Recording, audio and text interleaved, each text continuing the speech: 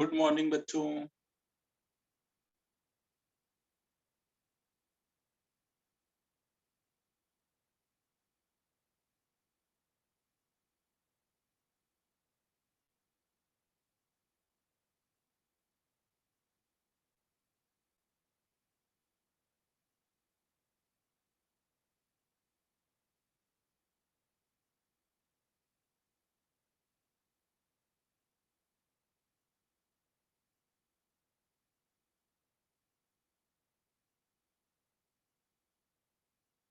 Last time हम लोगों ने फ्लूइड स्टैटिक्स कर लिया था, तो पहले उसके डाउट डिस्कस कर लेते हैं। कुछ दिया था होमवर्क क्या? तो डाउट्स होंगे ना उसमें, तो फिर पहले वो डाउट्स ही डिस्कस करते हैं ना।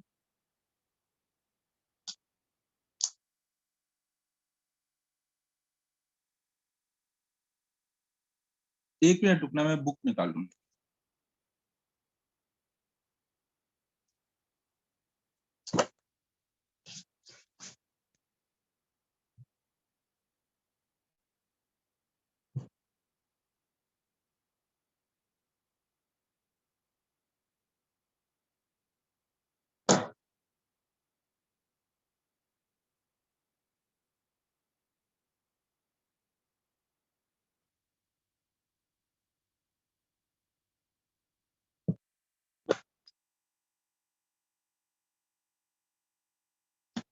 चलो बताओ डाउट क्या है।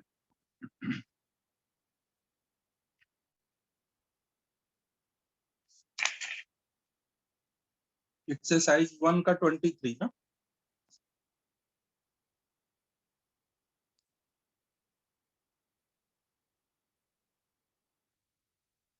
14 भी है।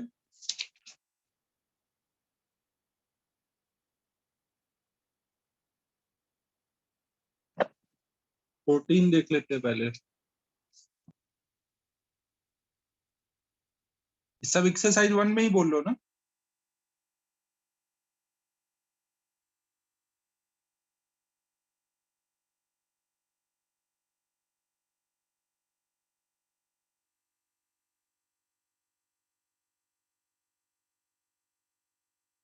तो वो 14 में क्या बोला गया है? कोई यू ट्यूब है जिसका लेंथ एल है, contains liquid and is vertical.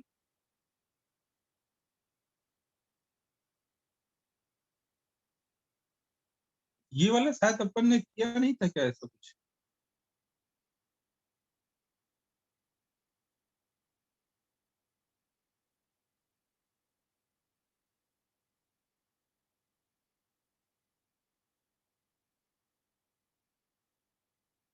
ना, तो इसमें पहले शुरू में कुछ लिक्विड रहा होगा ना। शुरू में जब लिक्विड रहा होगा तो दोनों साइड में हाइट सेम रहेगी ना। शुरू में हाइट सेम रहेगी, फिर अगर हम इसको घुमाने लग जाए इस एक्सिस के अबाउट, जब हम इस एक्सिस के अबाउट घुमाएंगे तो क्या होगा? ये लिक्विड कर्व होने लगेगा ना, ऐसे कर्व होने लगेगा। तो इसका शेप कुछ ऐसे हो जाएगा।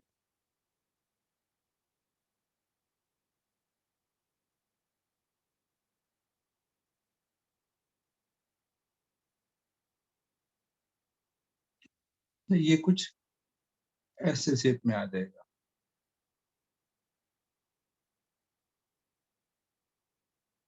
तो अब हमें ये हाइट बतानी है ना, ये हाइट कितना होगा। और ये हमारा ओमेगा से घूम रहा है।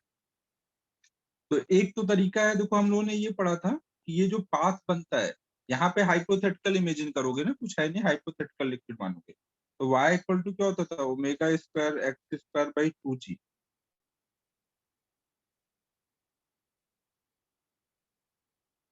ये याद है सबको? ये इक्वेशन आती थी। अगर हम यहाँ पे ओरिजिन मान लें, इधर को एक्स एक्सिस, ऊपर को वाई एक्सिस, तो इस पॉइंट के लिए आप क्या बोलोगे? इधर को आपको कितना चलना पड़ रहा है? ये लेंथ एल है, तो इस पॉइंट के लिए एक्स कोऑर्डिनेट कितना है? एल। और ये एच क्या है? इसका वाई कोऑर्डिनेट है ना। अगर ये हमारा ओरिजिन है तो ये ऊपर कितना जा रहा है h, तो ये y कोऑर्डिनेट है ना, तो हम लोग यहाँ पे क्या बोल सकते हैं, h equal to omega square L square by 2g।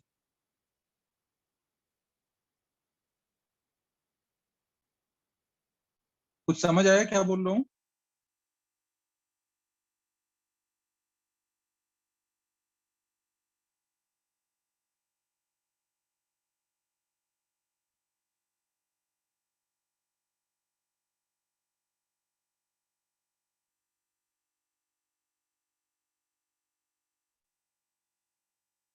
देखो इसको सोचने का एक और भी तरीका हो सकता था, अगर हम यहाँ पे ये सोचे, ये देखो इसको हम ऐसे भी सोच के कर सकते थे,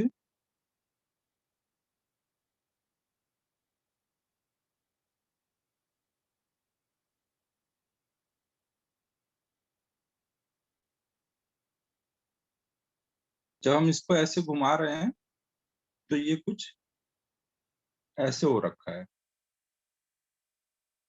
ये मान लो हाइट h1 है, ये हाइट कुछ h2 है, तो अगर मैं यहाँ का प्रेशर लिखूंगा तो कितना लिखूंगा, वर्टिकल से सोचूंगा तो वर्टिकल से ऊपर क्या है, P not plus h rho जी, तो यहाँ का प्रेशर P1 की वैल्यू लिखूंगा पी नॉट प्लस H1 रो जी, और इधर से सोचूंगा तो इधर से पी नॉट है प्लस, और क्या है, वर्टिकल में सोच रहा हूँ ना अभी, वर्टिकल में हाइट लिखने का क्या तरीका होता है, वर्टिकल में बस आपको डेप्थ देखना होता है ना, तो वर्टिकल को देख करके हम लिख सकते हैं यहाँ का pressure P not plus H2 रोज। ठीक है, अब आप हॉरिजॉन्टल में सोचो, हॉरिजॉन्टल में ये वाला पार्ट लिक्विड का क्या हो रहा है, रोटेट कर रहा है ना, तो अगर मैं यहाँ से x डिस्टेंस पर एक छोटा सा dx लेंथ ले लूं,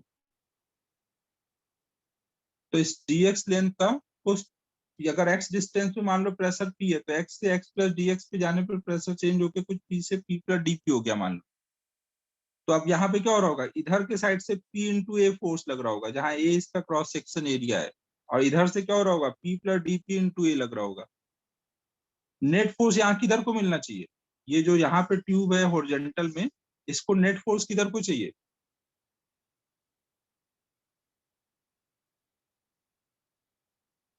ये जो हॉरिजॉन्टल वाला पार्ट है ना, इसको सेंटीपिटल फोर्स चाहिए ना, यहाँ पे जो ये dx लेंथ लिक्विड का लिया, इसको सेंटीपिटल फोर्स चाहिए, तो किधर को चाहिए, लेफ्ट को चाहिए ना, इधर सेंटर है ना, ऐसे घूम रहा है ना, यहाँ ये इस टाइप के सर्कल में घूम रहा होगा ना, तो इसको सेंटीपिटल फोर्स चाहिए होगा, सेंटीपिटल फोर्स कहाँ से मिलेगा, P इंटू ए वाला तो क्या है, इधर से लग रहा है और इधर से P plus D P into A लग रहा है, तो नेट फोर्स उधर को कितना आएगा,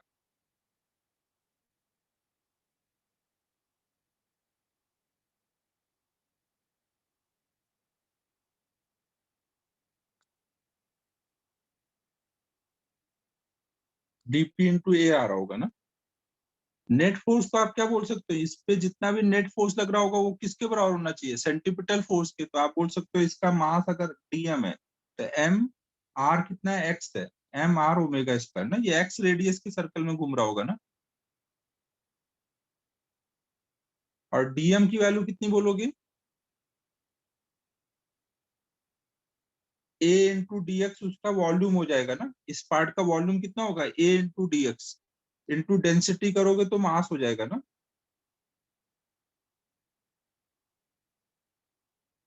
a कट जाएगा,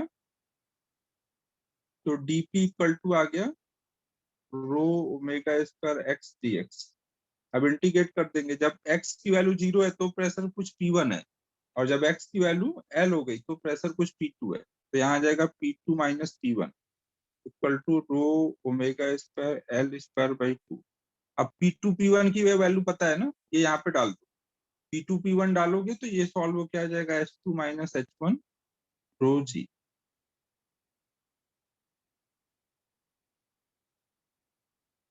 H2 माइनस H1 क्या होगा, ये H2 है और ये H1 है, इधर H2 है, तो इनका डिफरेंस कितना होगा, H होगा ना, तो यहाँ हमें H निकालना है, रो कट जाएगा, जी इधर आ जाएगा।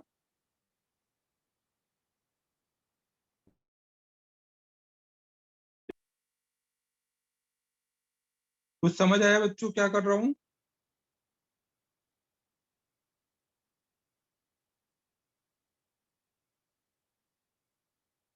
ना, ये हॉरिजॉन्टल पार्ट को सेंटीपिटल फोर्स चाहिए था, तो ये कब मिल पाएगा? इधर से हाइट कम हो और इधर से हाइट ज्यादा हो, तभी ना इधर से ज्यादा प्रेशर पड़ेगा सेंटर की तरफ, तो सेंटीपिटल फोर्स मिलेगा उसे।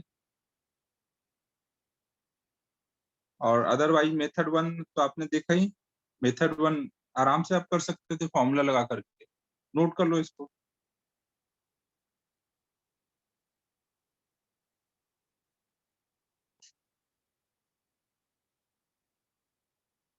ये वाला क्वेश्चन नोटबुक में कराया नहीं है ना शायद इस मेथड से, तो ये नोटबुक में कर लेना, क्लास नोटबुक में। ये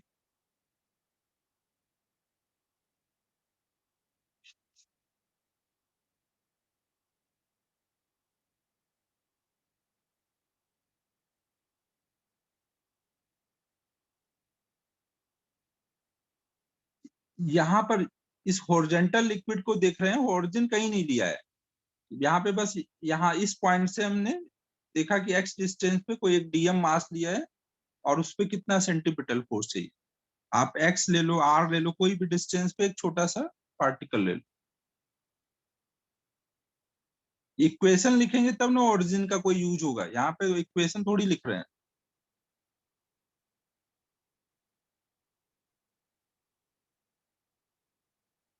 केवल हम हॉरिजॉन्टल लिक्विड को देख रहे थे ना, यहाँ पे जो हॉरिजॉन्टल लिक्विड था उसका हर एक पार्ट अपनी जगह सर्कल में घूम रहा था,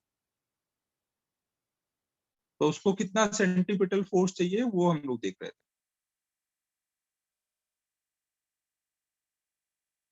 हर एक डीएक्स को उधर को सेंटीपिटल फोर्स चाहिए, तो इधर से प्रेशर कम होगा, इधर से ज्यादा होगा, तभी ऐसा हो पाएगा।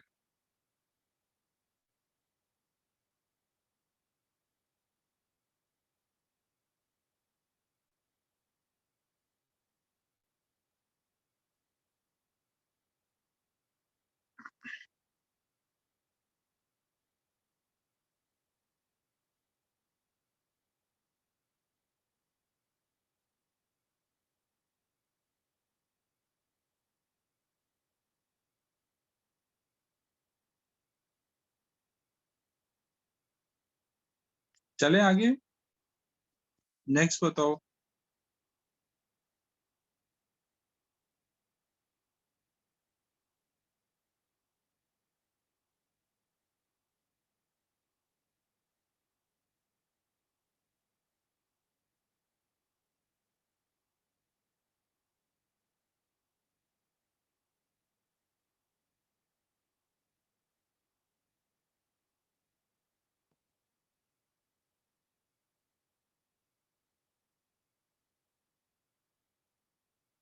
16।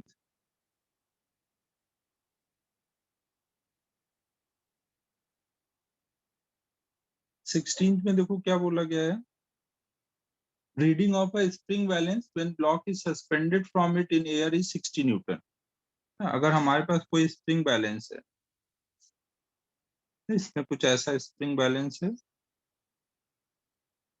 और इससे हमने एक जब ब्लॉक सस्पेंड किया, तो इसका मास कुछ एम रहा होगा, तो नीचे को एम जी लग रहा होगा, तो इसको रोकने के लिए यहाँ टेंशन कितना डेवलप हुआ होगा, यहाँ स्प्रिंग में भी जो टेंशन डेवलप हुआ होगा वो एम जी के बराबर होगा, जिसकी वैल्यू बोली गई है 60 न्यूटन।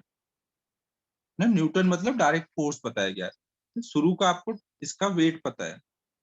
फिर आपने क्या किया, इसको पूरी तरह से वाटर में सबमर्ज कर, तो पूरी तरह से वाटर में सबमर्ज करोगे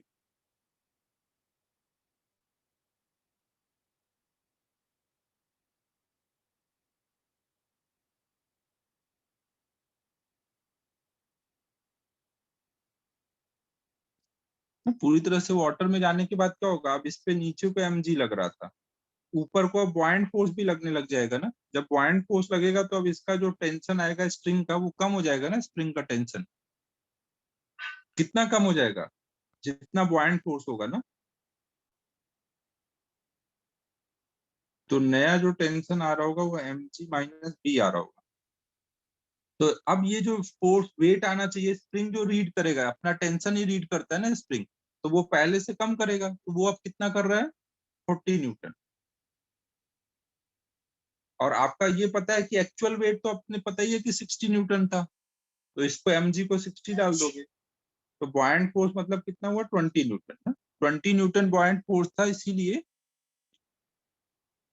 20 न्यूटन कम हो गया एक्चुअल वेट से ना, 60 से वो 40 हो गया। तो अब हमें बताना है specific gravity of the block कितना होगा। अगर मान लो इसका वॉल्यूम कुछ भी है ना, तो इसका वेट जो हम बोल रहे हैं mg की वैल्यू 60 है। m को हम क्या लिख सकते हैं, v into density of block into G. और बॉयंट फोर्स को हम क्या लिख सकते हैं, v, इसका अगर वॉल्यूम v है तो ये लिक्विड का भी v वॉल्यूम सब डिस्प्लेस करेगा ना, कंप्लीटली सबमर्ज्ड है, into density of liquid into g equal to ये 20 है ना, बॉयंट फोर्स की वैल्यू डाली। दोनों को डिवाइड कर दो, density of block with respect to density of liquid. नहीं, ये वाटर में ही डाला गया है ना, तो ये हमारा 3 आया। वाटर का डेंसिटी, स्पेसिफिक ग्रेविटी क्या होता है, density of block with respect to density of water, तो ये कितना आ गया हमारा, यही है ना स्पेसिफिक ग्रेविटी।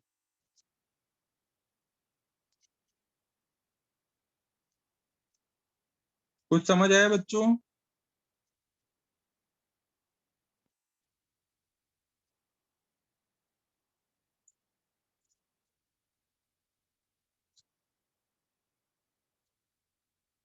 नेक्स्ट बताओ।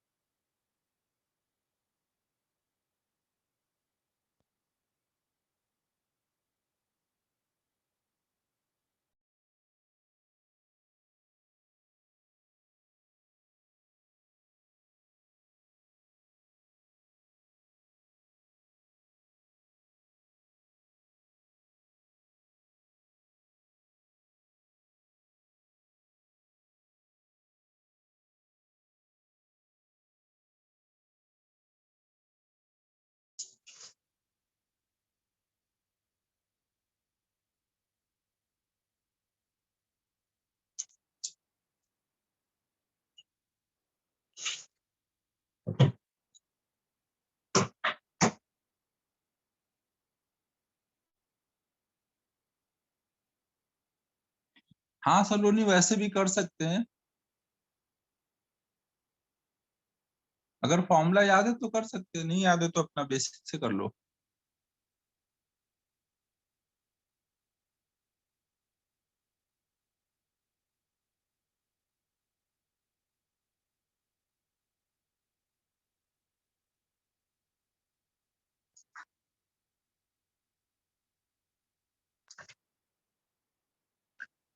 नेक्स्ट 22 देखो।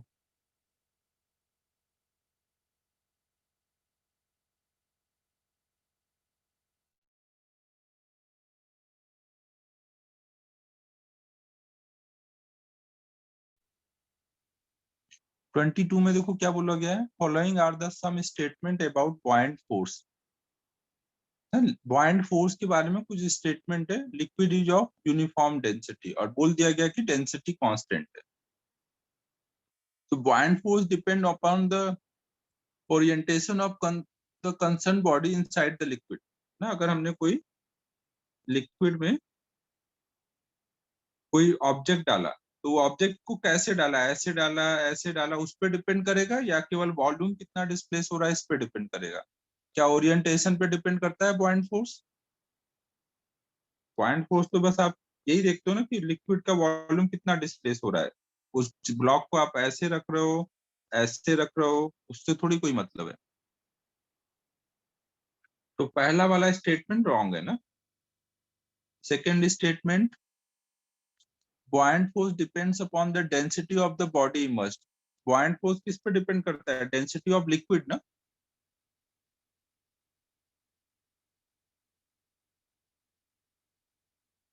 तो सेकेंड भी रॉन्ग है।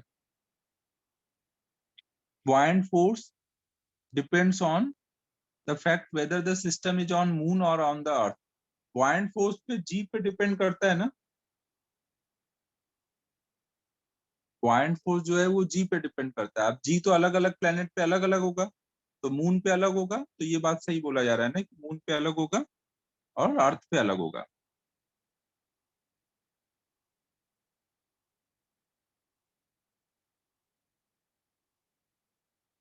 फिर अगला है buoyant force फुली इमर्स्ड है, तो फुली इमर्स्ड के बाद वो कितना अंदर डेप्थ पर है इस पे भी डिपेंड करता है ना। अगर आपने एक ब्लॉक को यहाँ रखा या और नीचे रखते, फुली इमर्स्ड है, तो बॉयंट फोर्स क्या डेप्थ चेंज होने पे चेंज हो जाएगा? एक बार पूरा अंदर आ गया तो फिर कहीं पे भी अंदर रखेंगे बी तो सेम ही रहेगा ना।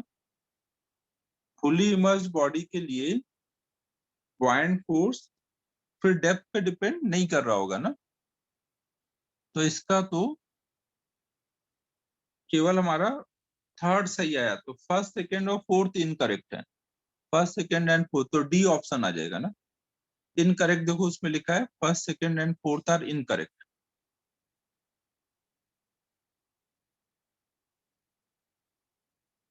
समझ आया बच्चों?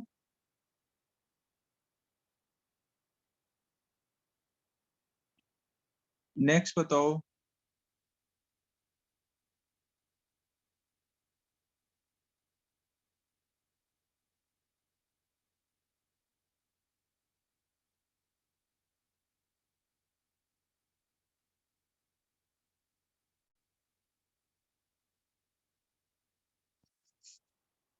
23 देखते हैं अब।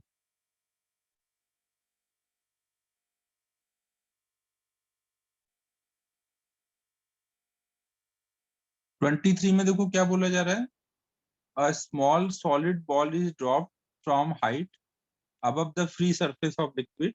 कोई लिक्विड का फ्री सरफेस है, उससे छोटा सा बॉल कुछ हाइट से ड्रॉप किया गया।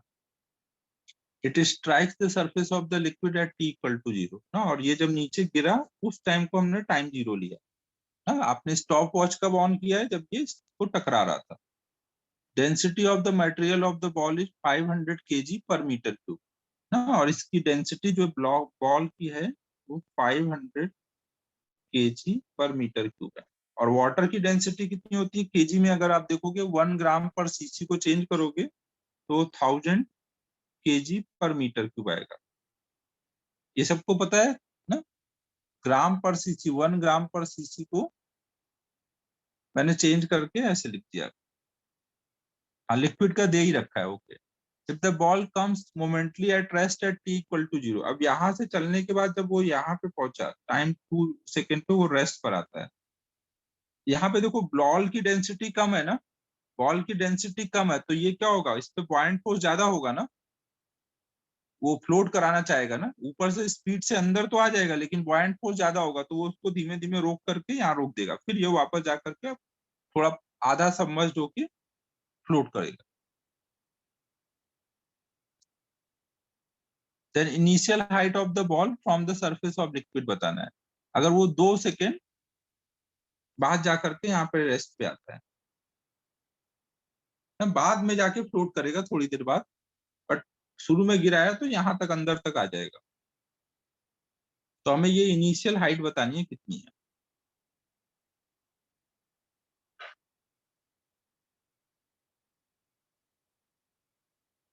ना। विस्कोसिटी वगैरह कुछ नहीं है, वो विस्कोसिटी आपको भी पता भी नहीं है।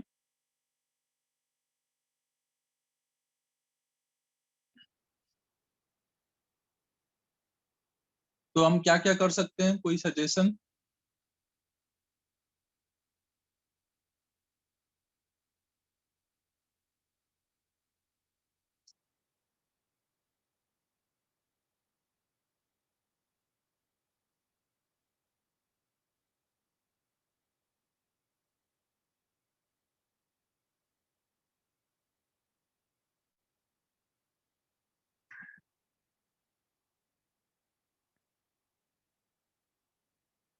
हाँ, एक्सेलरेशन फाइंड कर लें। यहाँ पे तो देखो इसका जो एक्सेलरेशन होगा वो नीचे को रहा होगा ना, जी रहा होगा, तो यहाँ आते आते उसने कितनी स्पीड गेन कर ली होगी, √2gh। फिर जब अंदर जाएगा तो अंदर जाने के बाद क्या होगा, नीचे mg लग रहा होगा, ऊपर को बॉयंट फोर्स ना, और बॉयंट फोर्स ज्यादा हो जाएगा mg से, तो बाद में क्या शुरू हो जाएगा, ऊपर को एक्सेलरेशन मतलब रिटार्डेशन, तो फिर ये यहाँ आते आते रुक जाएगा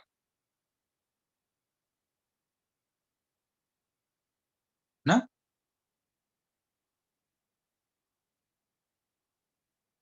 हाँ, पहले u इक्वल टू √2gh निकालो, फिर v इक्वल टू u+80 लगाओ ना? ये भी कर सकते हैं।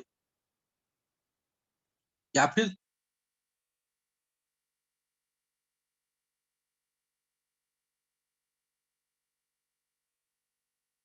मैं थोड़ा वर्क एनर्जी से सोचा था, वर्क एनर्जी से जल्दी हो पाएगा क्या? अगर देखो वर्क एनर्जी से सोचूं तो थोड़ा काम अपना आसान हो जाएगा। अगर मान लो मैं यहाँ से सोचूं, ये इनिशियल पॉइंट है, ये फाइनल पॉइंट है, पूरे इनिशियल पॉइंट से फाइनल पॉइंट तक के लिए अगर मैं वर्क एनर्जी थ्योरम लगा दूं, डब्ल्यू ऑल बराबर डेल्टा के,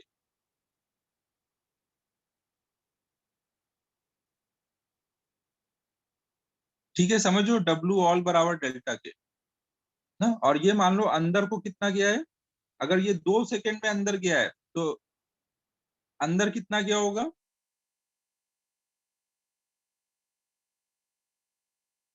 यहाँ पे स्पीड उसकी कुछ रही होगी और यहाँ आते आते जीरो हो गई, टाइम हमें पता है ना।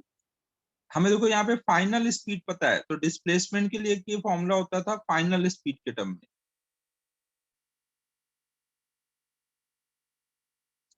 तो फाइनल स्पीड हमें पता है जीरो है ना, 2 सेकंड में अंदर गया है तो ये टर्म जीरो हो जाएगा। और यहाँ पे एक्सिलरेशन रिटार्डेशन का काम कर रहा है ना, तो अंदर वो 2a गया है, जहाँ a उसका एक्सिलरेशन है ना। एक्सिलरेशन हमारा कितना बोलोगे? b minus m g upon में m ना। नेट फोर्स ऊपर को कितना लग रहा है? b, नीचे को mg, तो नेट अगर निकालोगे तो b माइनस एम जी बोलोगे ऊपर को, है ना। अब यहाँ पे डाल दो ये सारी चीजें, work done by gravity plus work done by point force. Gravity ने कितना वर्क किया है? यहाँ से चला, एच हाइट से चला और अंदर ये डी तक गया, ये डी की वैल्यू ये हमने निकाल रखी है ना, 2a। ग्रेविटी कितना चल रहा है? ग्रेविटी के डायरेक्शन में h प्लस 2a, तो ग्रेविटी का वर्क कितना बोलेंगे? mg h plus 2a। ये समझ आ रहा है बच्चों मैं क्या बोल रहा हूँ मैं? Work done by point force, point force कितना बोलोगे? b लग रहा है ऊपर को और ये नीचे को 2a जा रहा है, तो work done by gravity negative आएगा ना, b इंटू माइनस 2a। और डेल्टा के कितना है? इनिशियल जब छोड़ा था तो स्पीड कितनी थी? जीरो। और फाइनल पॉइंट पे जब पहुंचे तब स्पीड कितनी है? मैंने पूरा यहां से लेके यहां तक के लिए वर्क एनर्जी थ्योरम लगाया है ना। फाइनल पॉइंट के लिए देखोगे तो भी जीरो है, तो डेल्टा के जीरो है।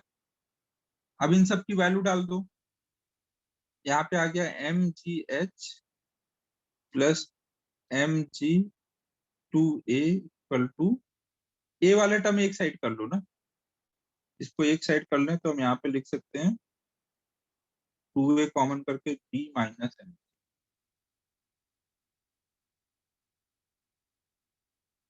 यहाँ इक्वल टू होगा। ठीक है, अब यहाँ पे वैल्यू डाल दो। m को कितना लिखोगे? अगर इस बॉल का इस वॉल्यूम कुछ v है और इसकी डेंसिटी हमें पता है, तो v into density of block into g into h. Point force कितना लिखना था? b minus m g by M.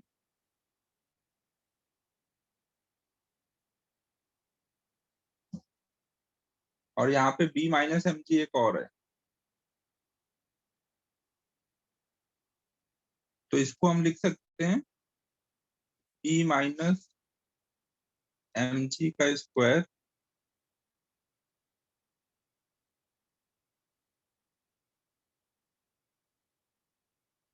Upon में m। b minus m g की वैल्यू कैसे डालोगे? b माइनस एम जी के लिए आप यहाँ पे b को लिख दोगे v into density of liquid into G, minus mass को v into density of block into G, और मास को लिखोगे v into density of block. अब देखो v यहाँ से कॉमन करोगे तो बाहर v स्क्वायर आएगा, v स्क्वायर से एक भी इधर से कट होगा, एक भी इधर से कट होगा। अब दिख रहा है केवल रो बचा है, रो दिया है आपको, g बचा है, h बचा है, सॉल्व हो जाएगा ये।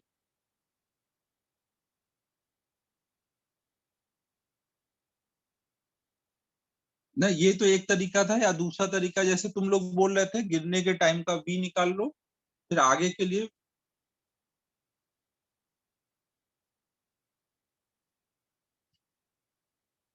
अब मर्जी है आपकी कि कौन सा आपको यूज करना है ना।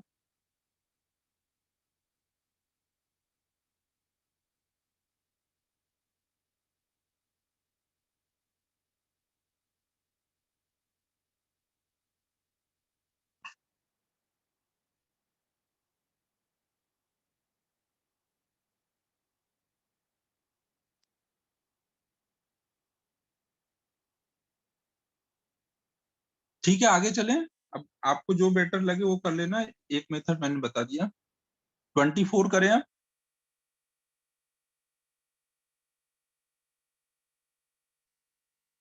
हाँ, बी माइनस एम जी को एम ए लिख सकते हैं।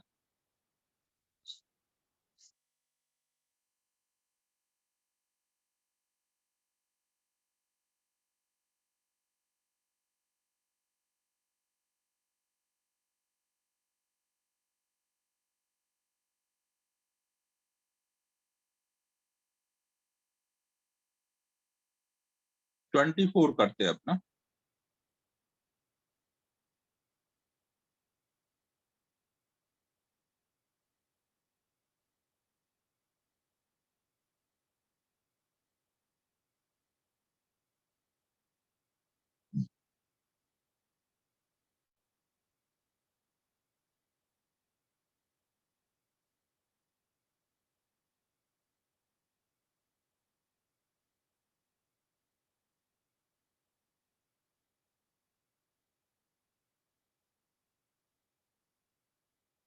अब भावेश ब्रह्मांकर जी आ गए हैं फिर से नया कॉन्सेप्ट लेकर के। तो अब मैं भावेश को अनम्यूट करने जा रहा हूँ और भावेश की भावनाएं सुनते हैं हम लोग कि भावेश क्या बोलना चाह रहा है।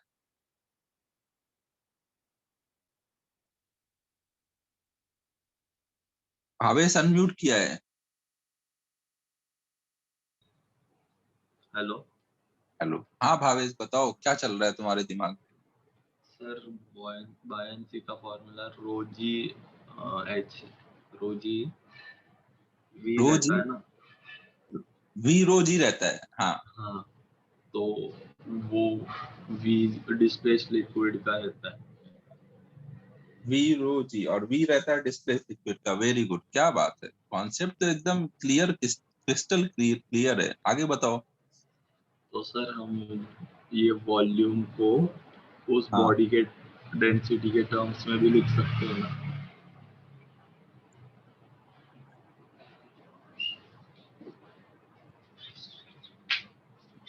अरे प्रभु, क्वेश्चन का सेंस समझो भाई।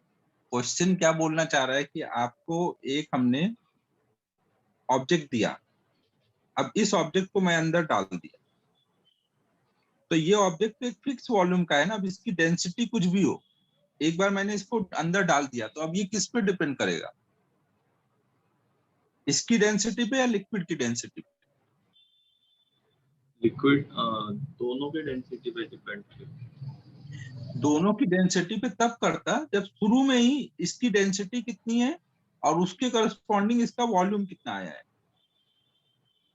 ना। एक बार आपने इसको ले लिया, इसको फिक्स कर देना है ना। अगर आपने इसको फिक्स कर दिया तो इसका वॉल्यूम फिक्स हो गया ना। अब उसकी डेंसिटी से हमें कोई मतलब नहीं है। आप अब इसको उठा के अलग अलग लिक्विड में जाके डालोगे तो अलग अलग बॉइंट फोर्स लगेगा ना। लिक्विड की डेंसिटी डिसाइड करेगा ना। क्वेश्चन में आपको ब्लॉक का वॉल्यूम चेंज नहीं करना है, लिक्विड को चेंज करना है। एक ही ब्लॉक को अलग अलग डेंसिटी लिक्विड में डाल के देखना है पॉइंट फोर्स कितना है। आपको ये नहीं करना है कि एक ही लिक्विड में अलग अलग ब्लॉक डाल लो, आप छोटा बड़ा करके अलग अलग डेंसिटी के ब्लॉक ला के डालो। आप ऐसे सोच रहे हो क्योंकि सेम मास के आप अलग अलग ब्लॉक ला रहे हो, अलग अलग डेंसिटी होगी तो इनका वॉल्यूम चेंज हो रहा है। तो आपका सोचने का तरीका ऐसा है। हाँ। और क्वेश्चन में पूछने का तरीका क्या है कि एक ही ब्लॉक को अलग अलग लिक्विड में डालना है तो पॉइंट फोर्स किस पे डिपेंड करे। अच्छा। हाँ। अच्छा। भावेश थोड़ा सा इन डेप्थ एकदम सोचता है। बात सही है तेरी, बट तू क्वेश्चन का सेंस ही नहीं समझ रहा है। हाँ सर। चलो बच्चों, अब हम लोग करते हैं क्वेश्चन नंबर 24। तो क्वेश्चन नंबर 24 में देखो क्या है कि एक मुकुट बना दी गई, क्राउन। जो कि गोल्ड और कॉपर की है, और उसका 210 ग्राम वेट आ रहा है।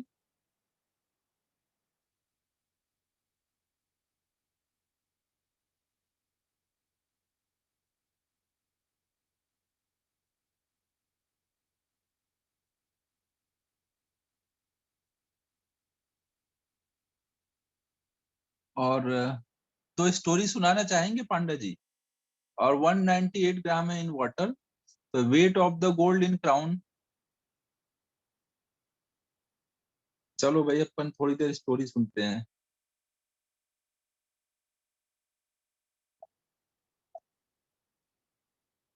श्रेयस को इन सबकों का अच्छा नॉलेज है, स्टोरी सुनाने का। चैनल भी इसने इसीलिए बना रखा था।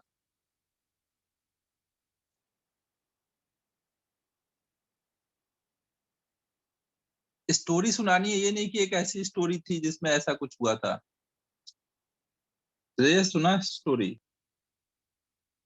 अनम्यूट किया है?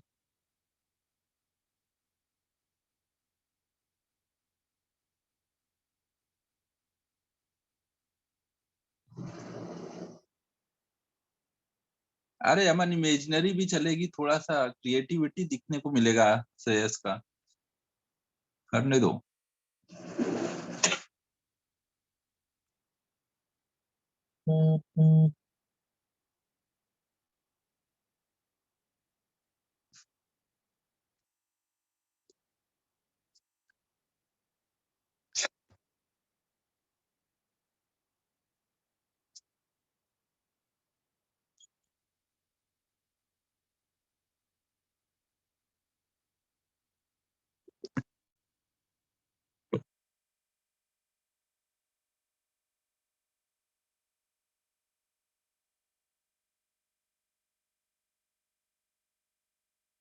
कर दिया भाई।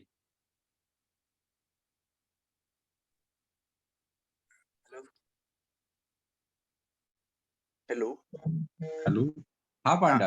हाँ हाँ, आवाज आ रही। हाँ हाँ तो सुनाओगे? हाँ, एकदम एकदम सुनाओ। वो अ, बहुत साल पहले की बात है। तो वाह वाह, क्या ग्रीस बात। में एक आइलैंड था, उसका नाम था सिसिली। कौन, उस क्या आइलैंड, आइलैंड का नाम था? सिसिली। सिसिली। अरे वाह, क्या नाम है, अच्छा नाम। आगे हाँ, तो बताओ। उस आइलैंड पे एक शख्स रहा करते थे, क्या बात है। शख्स जिनको, के लिए बाबा। आगे बताओ। तो उनका नाम था आर्किमिडीज। तो एक बार क्या? सिसिली के जो राजा थे, उन्होंने एक मुकुट हाँ बनाया था।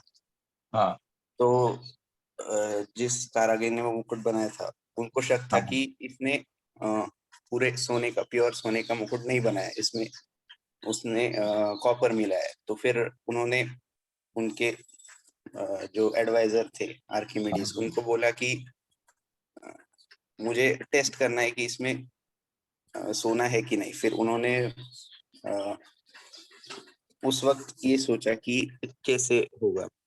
ये तो बहुत तो दिक्कत थी। ये तो हाँ, आज भी तो दिक्कत है, आज भी कोई बना के दे देता है तो कहाँ अपन पता करते हैं, कर पाते हैं। हाँ, पर आजकल वो प्योरिटी मेजर करते हैं ना उसमें। हाँ, वो मशीन में कर लेते हैं, नॉर्मली अपन घर पे अगर ना कर पाए। ठीक है, हाँ, आगे बताओ। Very good. तो फिर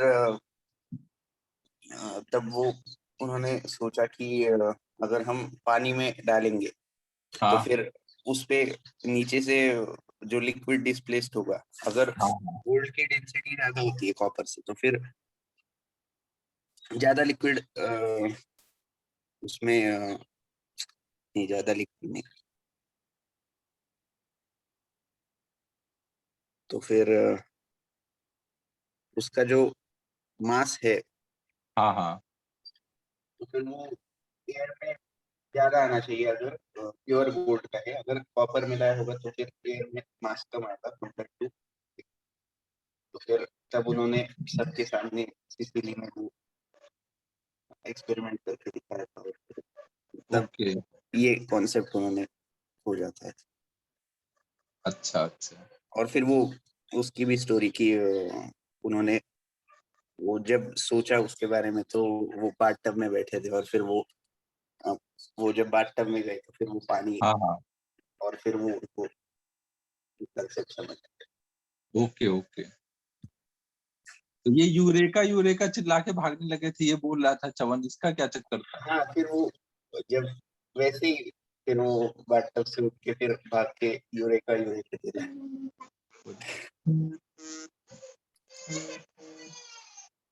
हाँ वैसे मतलब दरबार में नहीं, पर वहां से बाहर फिर वो सैंड में उन्होंने ये हाँ हाँ इक्वेशन लिखा और फिर हाँ अ, हाँ, वो उनको मिल गया।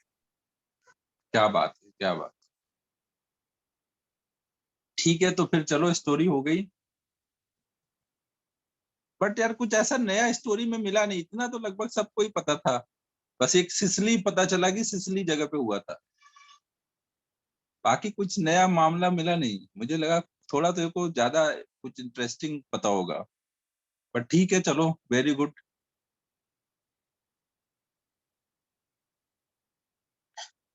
तो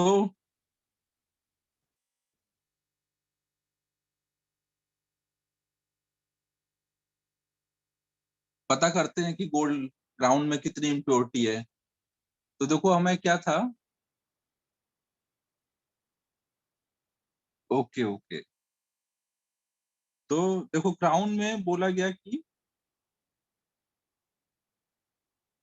गोल्ड मिला हुआ है और कॉपर मिला है, और जब हमने इसका एयर में वेट किया तो 210 ग्राम आया, और जब हमने वाटर में वेट किया तो 198 ग्राम आया। तो wait of the gold in weight of gold, तो उसमें कितना गोल्ड है हमें ये बताना है।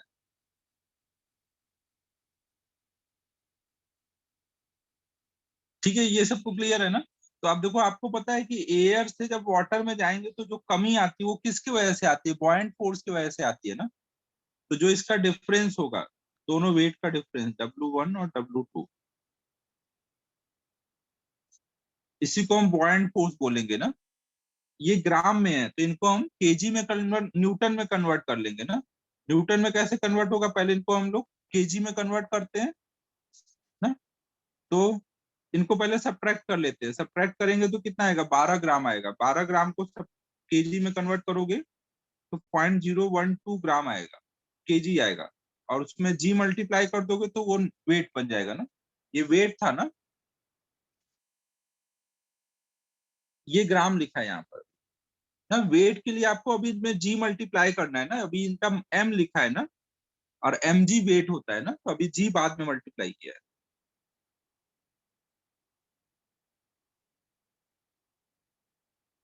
और बॉयंट फोर्स हमारा क्या होता है, जो भी total volume of liquid displace into density of liquid into G, तो ये जी जी अब कट जाएगा।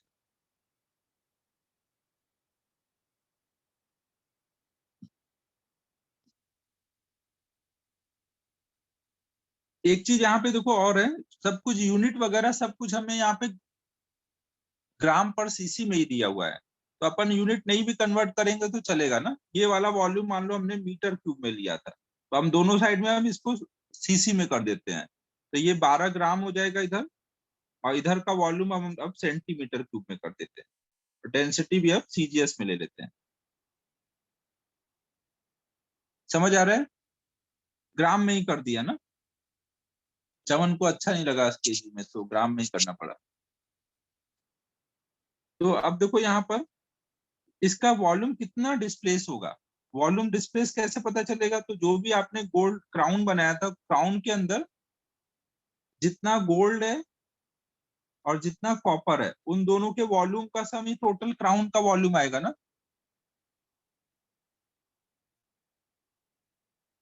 अब गोल्ड का कितना उसमें है ये कैसे पता चलेगा, तो गोल्ड मान लो पूरे 210 ग्राम में, अगर हम मान ले कि x ग्राम गोल्ड है, तो गोल्ड का वॉल्यूम कितना बोलोगे, गोल्ड का मास अपॉन गोल्ड की डेंसिटी। गोल्ड की डेंसिटी दी है ना हमें 19.3। अब अगर x ग्राम गोल्ड है तो कॉपर कितना हुआ उसमें, जो एयर में वो मास है ना, एयर में जो मास है, एयर में सब कुछ सोच रहे हैं ना, एयर में x ग्राम गोल्ड है तो बचा हुआ कॉपर है, तो 210 माइनस x ग्राम कॉपर है, तो कॉपर का मास अपॉन कॉपर की density into density of liquid. Water की डेंसिटी कितनी होगी 1 ग्राम पर सीसी 12। अब इसको सॉल्व करोगे तो एक्स आ जाएगा, एक्स आ जाएगा तो हमारा एक्स क्या है 210 ग्राम में कितना गोल्ड है उसकी वैल्यू है ना। समझ आया आपको? अपेरेंट वेट और एयर में वेट, वेट इन एयर और वेट इन वाटर का डिफरेंस देके बॉयंट फोर्स आ जाएगा। फिर बॉयंट फोर्स को लिख दो वी रो जी, वी की वैल्यू डाल दो।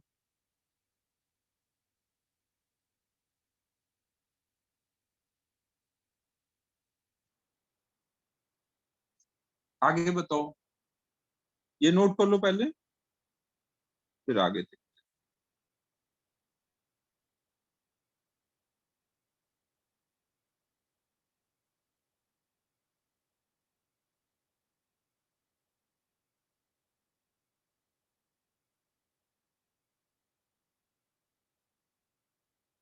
ये नोट करो फिर अगला देखते हैं।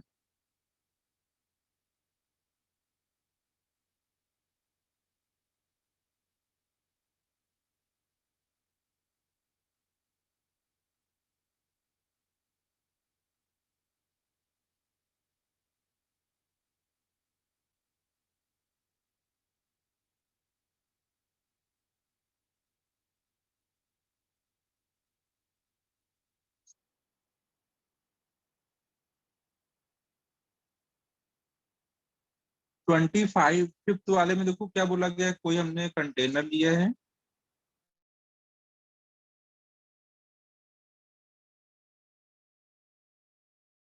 फॉल हो रहा है तो कितने एक्सेलरेशन से नीचे गिर रहा होगा, जी एक्सेलरेशन से नीचे गिर रहा होगा ना।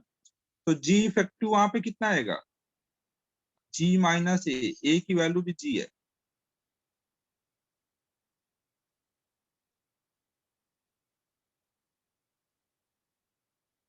अरे ब्रह्मा जी, ऊपर जाने पे जी प्लस ए होता है, नीचे जाने पे जी माइनस ए होता है ना। एक्चुअल फॉर्मूला हमारा वेक्टर फॉर्म में जी इफेक्टिव हम ऐसे लिखते हैं ना, जी वेक्टर माइनस ए वेक्टर, ये हमेशा वैलिड है ना। अब जी वेक्टर तो नीचे को है और ए वेक्टर भी नीचे को है यहाँ पर, और ए की वैल्यू जी है, तो जी माइनस जी ये कितना होगा 0। अगर ऊपर जा रहा होता तो इसको माइनस लिखते, तो फिर जी माइनस ऑफ माइनस जी ये फिर प्लस होता।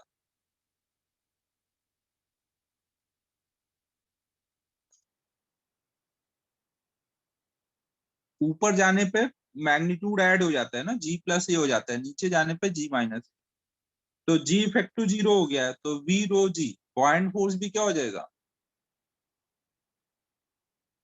0 हो जाएगा ना। फ्री फॉल के टाइम पर कोई बॉयंट फोर्स नहीं लग पाएगा। नेक्स्ट बताओ।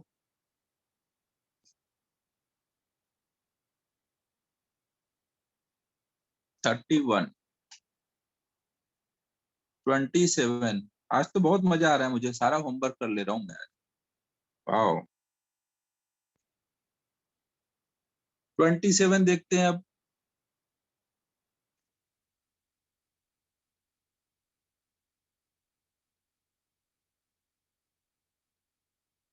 A wooden cube first floats inside water when 200 gram is placed on it. When the mass is removed, the cube is 2 centimeter above water level. The side of the cube is, तो क्या बोला जा रहा है, कहीं liquid में कोई ये ऑब्जेक्ट फ्लोट कर रहा है जब इसके ऊपर 200 ग्राम का मास रखा हुआ है।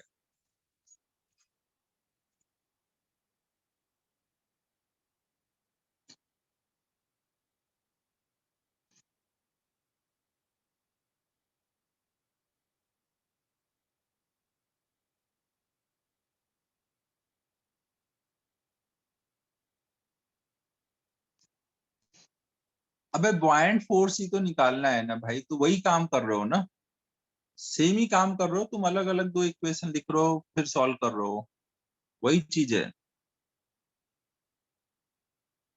तो देखो जब इस पे 200 ग्राम रखा हुआ है तो ये कुछ ऐसे फ्लोट कर रहा है। तो अभी क्या हो रहा होगा, एक तो इसका मास होगा और इसका मास होगा, दोनों के वजह से बॉइंट फोर्स होगा ना। इसके मास की वजह से मान लो ये अंदर कुछ H1 गया है और इसके मास की वजह से कुछ H2 गया है ना। अब अगर मैं इसका वाला हटा दूंगा तो ये थोड़ा ऊपर आ जाएगा, केवल इसके मास की वजह से जितना अंदर जाना चाहिए उतना अंदर होगा। तो अब क्वेश्चन में बोला गया है कि when the mass is remove ना, जब ऊपर से इस वाले मास को हटा दिया गया तो ये 2 सेंटीमीटर ऊपर आ गया, मतलब जो इसके करस्पॉन्डिंग कुछ H2 गया था तो ये 2 सेंटीमीटर था, इतना वो ऊपर आ गया ना। तो इसके हटाने के बाद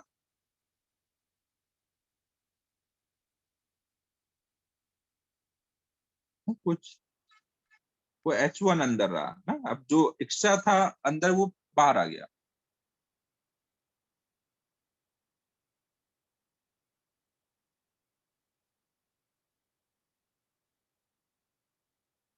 अच्छा पहले पूरा अंदर था, ठीक है, उससे कोई फर्क नहीं पड़ता वैसे।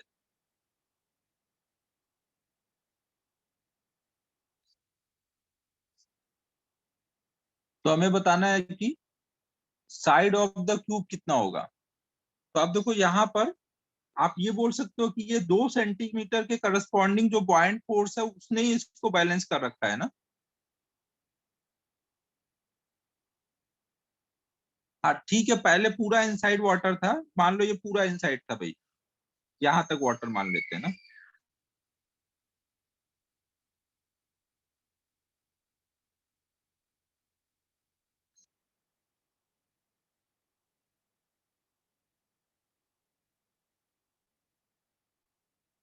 और अब केवल H1 अंदर है। तो देखो अब यहाँ पर इस 200 ग्राम के करस्पॉन्डिंग बॉयंट फोर्स आप बता सकते हो क्या कि 200 ग्राम की वजह से कितना बॉयंट फोर्स लग रहा है।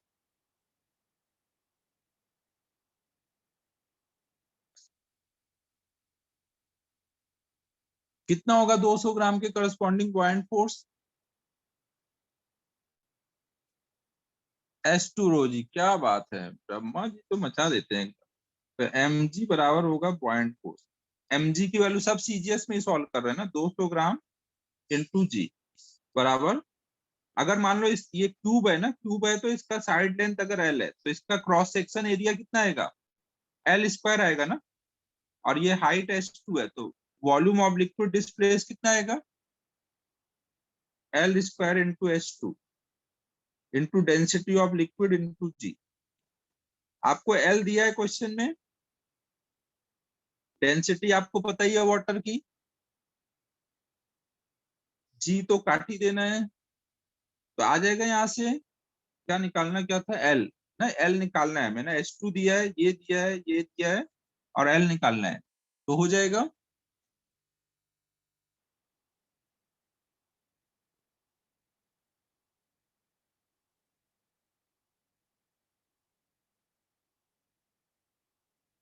केवल आपको ब्लॉक का वेट देखना और उसके करस्पॉन्डिंग वाला बॉयंट फोर्स देखना है ना, जिस पे रखा हुआ है उस वाले का ना तो वेट पता है ना उसका बॉयंट फोर्स हमें चाहिए। अगला बताओ।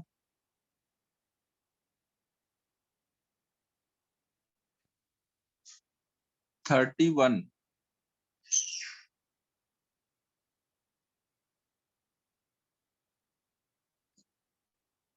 31 में देखो, 28 भी देख लो भाई।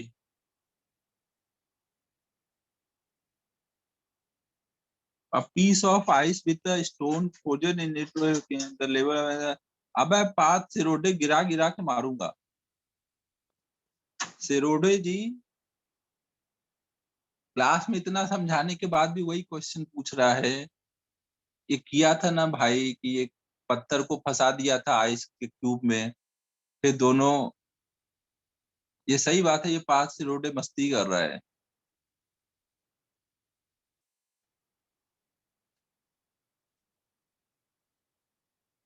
पार्थ क्लास में किया या नहीं ये बता, तुझे पहले ये याद है।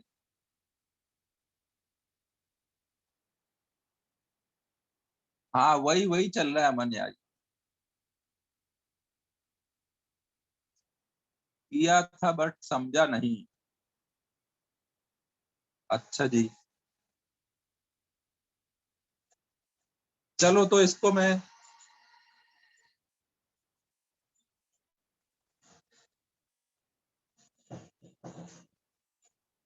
समझा नहीं बोल के इसने मुझे इमोशनल कर दिया यार। अब तो समझाना ही पड़ेगा इसको, इतना समझाने के बाद भी नहीं समझा है। तो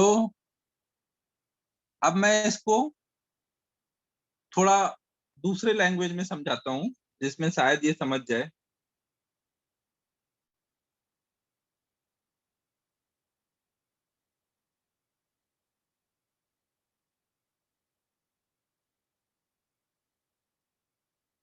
हाँ यार, काफी डिटेल, वही तो मैं भी सोच रहा हूँ यार, सब कुछ तो समझा दिया था जो समझा सकता हूँ। अब इसको फील कराने की जरूरत है, फील नहीं कर पा रहा है ये। तो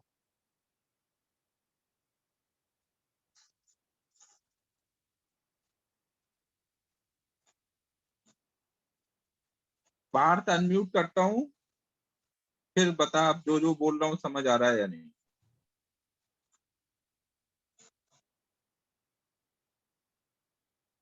नहीं नहीं, जाने क्यों देंगे।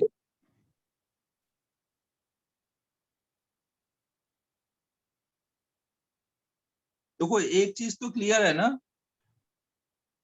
एक चीज तो क्लियर है कि आइस के फ्लोट करने या आइस के मेल्ट होने से कोई फर्क नहीं पड़ेगा। वाटर लेवल पे आइस की वजह से कोई फर्क नहीं पड़ेगा ना। ना अब देखो, एक आइस है हमारे पास,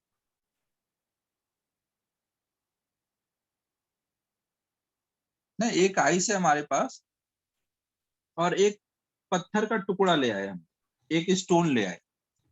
अब इसको हमने इसमें नहीं फंसाया है ना, क्योंकि ये वाली बात तुम लोग समझ नहीं पा रहे हो। अब मैं ये पत्थर अगर इसमें गिरा दूं तो वाटर लेवल कितना बढ़ेगा। अगर मैं इसमें पत्थर गिरा दूं तो वाटर लेवल कितना बढ़ जाएगा। पहले ये वाला लेवल था ना,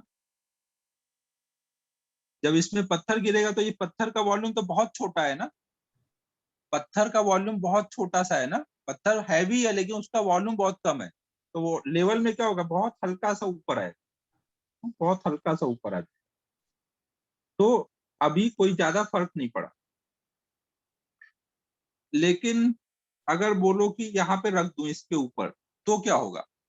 अगर मैं इसके ऊपर रख दूं तो इसका मास बढ़ जाएगा बहुत ज्यादा, इसके ऊपर रखने पे ये पूरा वेट बहुत ज्यादा बढ़ जाएगा। अगर ये वेट बहुत ज्यादा बढ़ जाएगा तो ये अंदर जाएगा ना बैलेंस करने के लिए ना। ये जब ज्यादा अंदर जाएगा तो ज्यादा बॉयंट फोर्स आएगा, फिर ये बैलेंस हो जाएगा। तो जब ये ज्यादा अंदर जाएगा, ये अगर ज्यादा अंदर जाएगा तो लिक्विड का लेवल ऊपर उठेगा ना। तो अब लिक्विड जो ये इनिशियल लेवल है उससे ऊपर आ गया।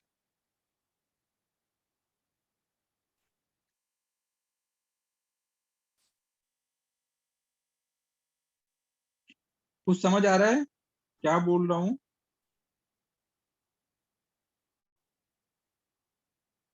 जब पत्थर हमने अंदर रखा तो ये ब्लॉक अंदर चला गया, इसको थोड़ा और ऐसे, ये ब्लॉक अंदर चला गया और लिक्विड ऊपर उठ गया है।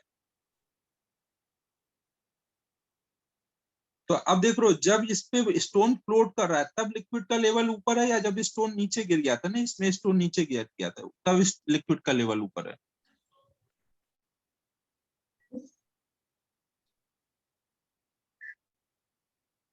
कुछ समझ आ रहा है। जब स्टोन नीचे गिरा तो लिक्विड का लेवल नीचे है ना, जब स्टोन इसके ऊपर रखा है तो लिक्विड का लेवल ऊपर है। ये फील हो पा रहा है सबको।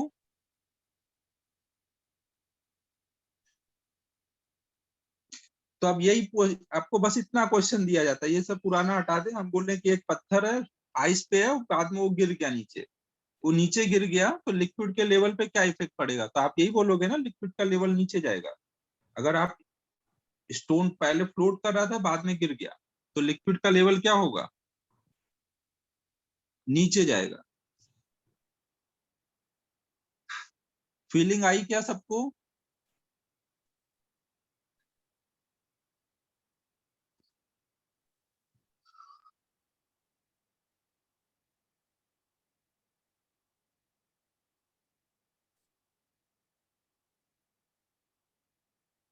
क्या बात है, लास्ट टाइम वही मुझे लग रहा था तुम लोग फील नहीं कर पाए हो, इसलिए सब पूछ रहे हो।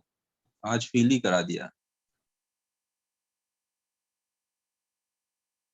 हाँ, वेरी गुड ब्रह्मा जी, सही राय दिया तुमने। अब अगली साल से समझाने से ज्यादा फील ही करा दूंगा। तो अब हम लोग करते हैं 31।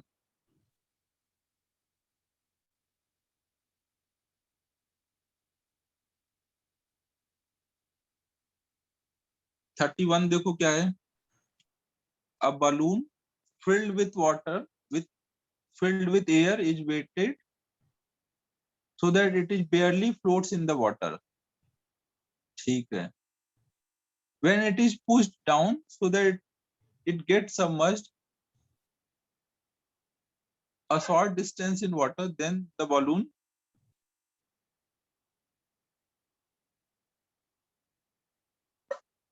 देखो आपको ये क्वेश्चन है कि कहीं वाटर में एक बलून है और वो जस्ट फ्लोट कर रहा है ना, अभी वो जस्ट फ्लोट कर रहा है। अब अगर मैं इसको हल्का सा नीचे दबा दूं ना, इसको मैं हल्का सा और नीचे ले जाऊं, अगर हल्का सा नीचे ले जाऊंगा तो नीचे जो होगा प्रेशर बढ़ जाएगा कम हो जाएगा? अभी पूरे सिस्टम पे जो पॉइंट फोर्स है, यहाँ पे कुछ B1 लग रहा होगा, यहाँ पे कुछ B2 लग रहा होगा, और वो पूरे सिस्टम के वेट के बराबर है ना, पूरे सिस्टम का वेट M1 प्लस M2 मान। तो जब मैं इसको हल्का सा नीचे ले जाऊंगा तो इसका वॉल्यूम बढ़ेगा कम होगा? ये तो ब्लॉक है, ब्लॉक का वॉल्यूम तो कुछ नहीं होगा, लेकिन नीचे जाने पे प्रेशर बढ़ेगा कम होगा?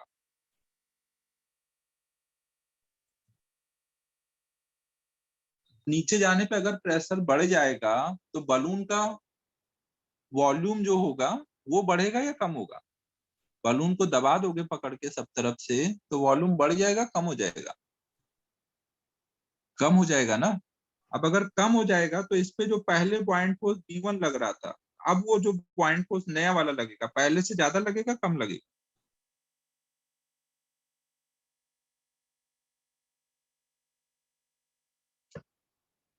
कम लगेगा ना, नया जो बॉल है ये कम लगेगा। इस पे जितना पहले लग रहा था अब भी उतना ही लग रहा होगा, लेकिन इसके अंदर का जितना एयर का मास था, बलून का जो भी ये टोटल मास था, क्या मास में कोई चेंजेस आया है? अंदर जितनी पहले एयर थी अब भी उतनी है ना। एयर बलून का जो मास होगा टोटल वो तो अब भी उतना ही है, इसका मास अब भी उतना ही है। बट नीचे दबाने से क्या कम हो गया? पॉइंट फोर्स कम हो गया ना नीचे दबाने पर,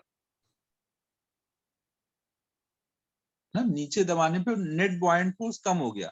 तो अब वो ऊपर जाएगा नीचे जाएगा?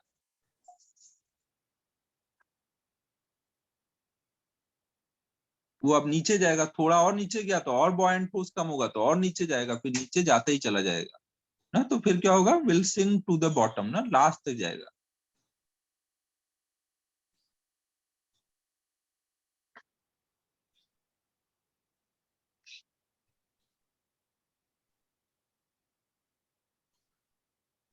फिर अब अगला है क्वेश्चन नंबर 32।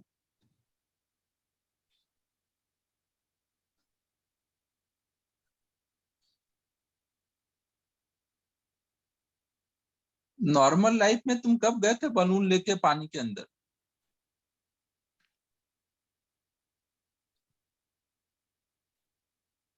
ब्रह्मा जी, कैसे पता?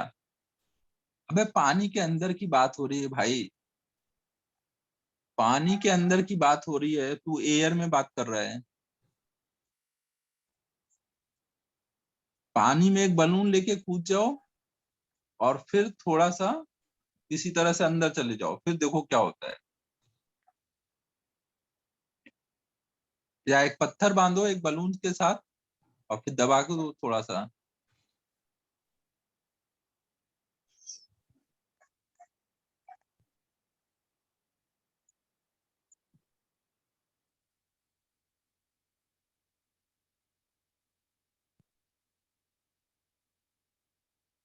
यहाँ देख बलून है, बलून में नीचे पत्थर बांधा हुआ है ना, तो इन सबका जो वेट है वो जो इस पे पॉइंट फोर्स लग रहा है उससे बैलेंस है, केवल बलून नहीं है।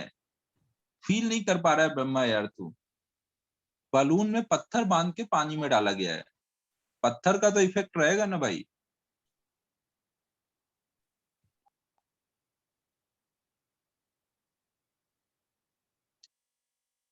तो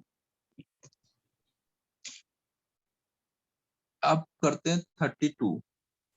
हाँ सलोनी, क्या डाउट है? एक मिनट पर अनम्यूट करता हूँ।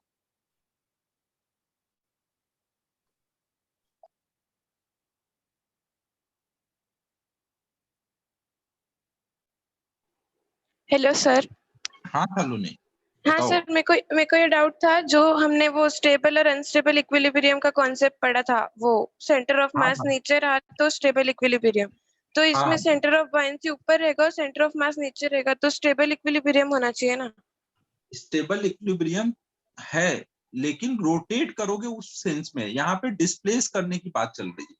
और हमने जो पढ़ा था एक सॉलिड ब्लॉक के लिए पढ़ा था ना, एक सॉलिड ब्लॉक था। यहाँ पे क्या है, बलून है, बलून सॉलिड थोड़ी हो तो दब सकता है ना, तो उसका हाँ उस पे जो हाँ हाँ, बॉइंट समझा फोर्स सर। है वो कांस्टेंट नहीं है।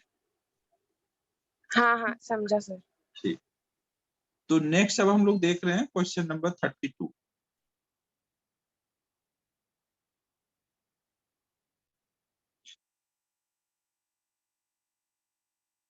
A wooden ball of density d is immersed in a water of density small d to depth h below the surface of water, up to which the ball will jump out of the water is।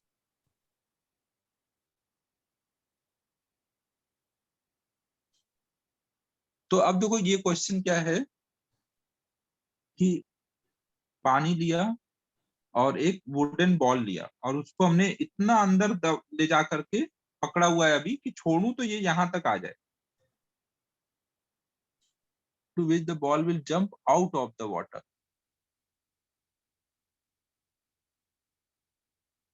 Jump out of the water का क्या sense हुआ?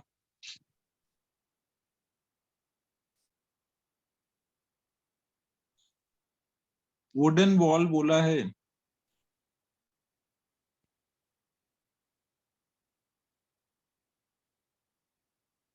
देखो wooden ball है तो उसपे हमेशा point force जो लगेगा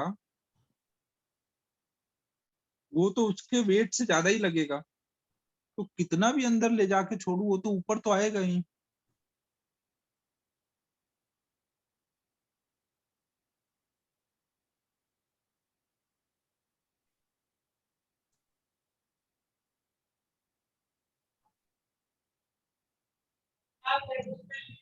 क्वेश्चन क्या पूछना चाह रहे हैं, एक मिनट रुको ना।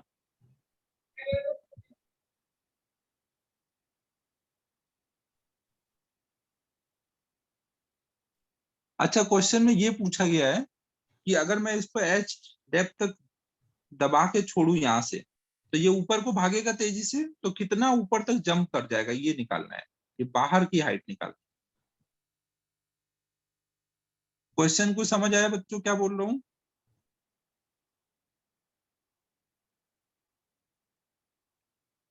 कोई वुडन बॉल है, हाँ ना? कितना ऊपर तक जाएगा ये निकालना है। तो अब देखो यहाँ पर इनिशियली जब आप छोड़ोगे तो इनिशियल वेलोसिटी क्या रहेगी, 0, और जब फाइनल मैक्सिमम हाइट पे आ जाएगा तो फाइनल वेलोसिटी भी क्या होगी, 0। इसका वॉल्यूम कुछ भी ले लेते हैं ना, तो अब हम डब्ल्यू ऑल बराबर डेल्टा के अगर लगाएं तो डेल्टा के तो 0 होगा ना, इनिशियल भी वेलोसिटी 0 थी, फाइनल भी 0 है। वर्क डन बाय, यहाँ पर ग्रेविटी कर रहा है वर्क और पॉइंट कर रहा है। ग्रेविटी का वर्क कितना बोलोगे, mg नीचे को लग रहा है और ये ऊपर टोटल कितना गया है, small h plus capital H ना, तो माइनस में mg h प्लस h। और पॉइंट फोर्स की वैल्यू ऊपर को b है और ऊपर को स्मॉल h किया है, तो b इंटू h। अब इन सब की वैल्यू डाल दो, m की वैल्यू कितनी डालोगे, b into density of block, block की डेंसिटी d दी है ना,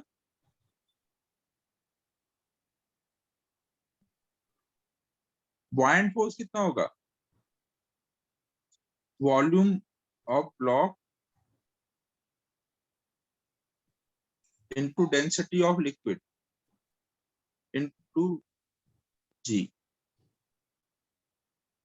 g कॉमन होके कट जाएगा, कैपिटल एच इससे सॉल्व करना है, कर लो कैपिटल एच सॉल्व।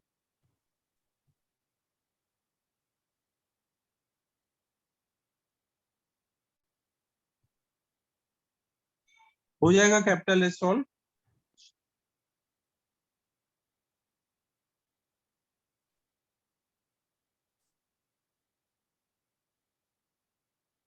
बाकी जैसा तुम लोग काइनेमेटिक्स बोल रहे थे वैसे भी लगा सकते हो।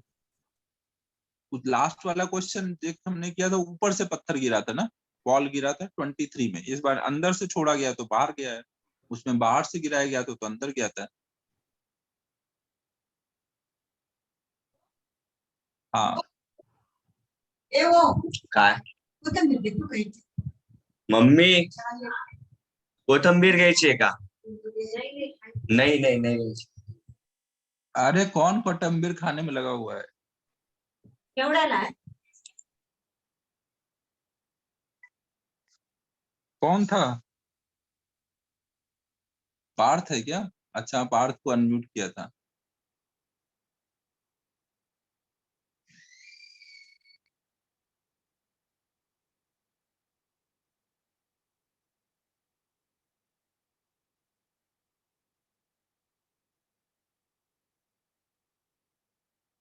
सही है भैया, ये बॉयंट फोर्स के मजे कोटंबीर खा खा के ले रहा है। अगला बताओ।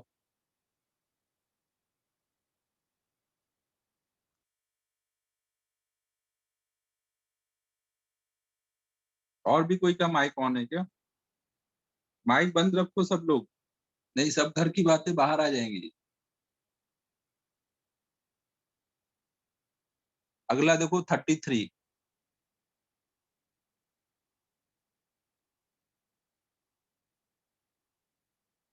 आज तो शुरू में पूछा था डाउट है क्या, तो ऐसा माहौल बनाया था तुम लोगों ने, एक डाउट है, दो डाउट है, और 1 घंटे से ऊपर हो गया, डाउट ही नहीं खत्म हुआ। मुझे लगा क्या बात है, अब तो आज तो शुरू हो जाएगा अपना फ्लूइड डायनामिक्स।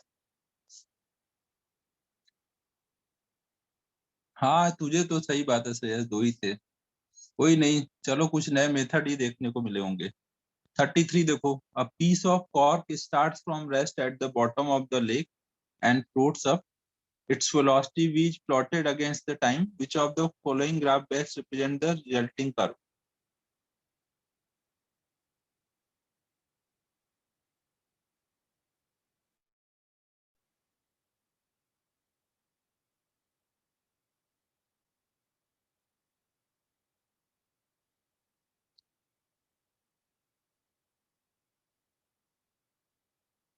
हाँ ये तो है, ये सबका मिला के तो पूरा ही ऊपर हो जाता है। यार इसमें ये नहीं बोला विस्कस फोर्स लेना है या नहीं लेना है, ये विस्कस फोर्स टाइप का क्वेश्चन हो गया।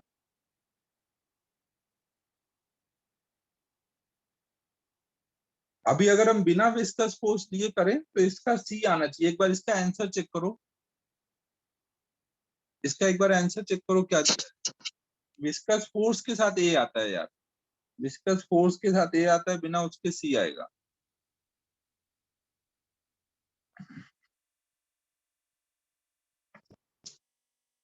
तो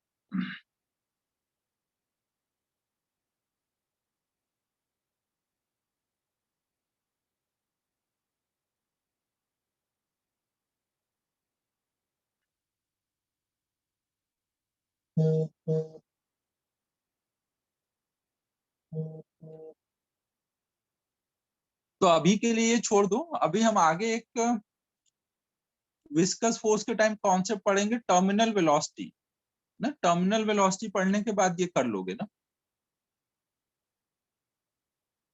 नेक्स्ट बताओ।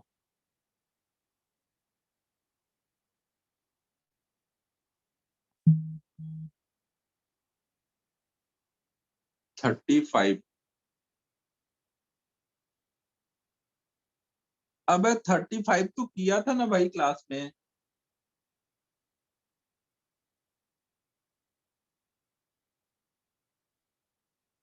अब ये अमन मस्ती कर रहा है यार, और 2-2 बार लिख के भेज रहा है कि 35।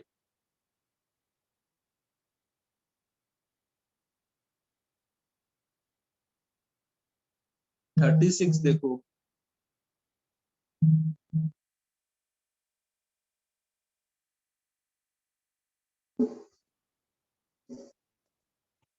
हाँ वही करना पड़ेगा यार ब्रह्मा। तो इसमें देखो क्या है, 36 कर रहे हैं ना,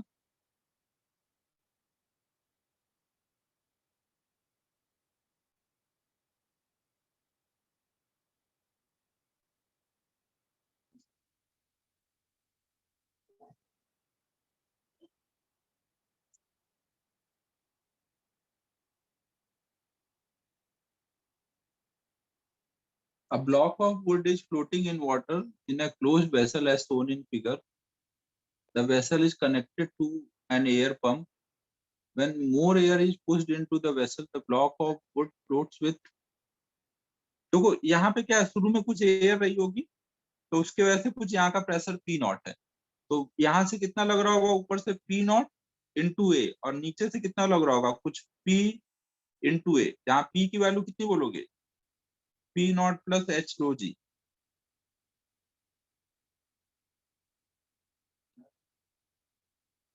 इंटू ए। बॉयंट फोर्स ऐसे ही होता है ना, ऊपर का प्रेशर का फोर्स तो नीचे के प्रेशर के फोर्स की वजह से बॉयंट फोर्स आता है ना, तो उसने इसके वेट को बैलेंस कर रखा है। अब अगर मैं यहाँ से और ज्यादा एयर डालूंगा तो ये प्रेशर बढ़ जाएगा, अगर यहाँ पे प्रेशर बढ़ के डेल्टा पी बढ़ गया तो यहाँ पे भी तो नीचे भी तो डेल्टा पी बढ़ जाएगा, तो डेल्टा पी तो ऊपर नीचे दोनों जगह से कट जाएगा ना, कोई फर्क पड़ेगा क्या इससे?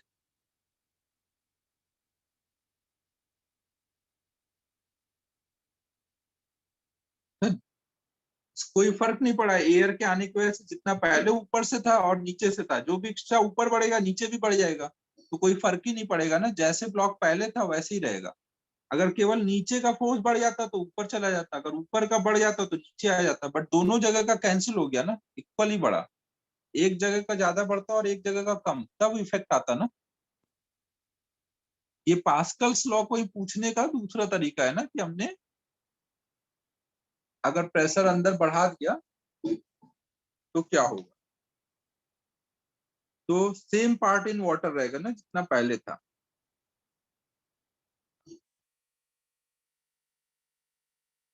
इसका एक बार आंसर चेक कर लो ना 36 का।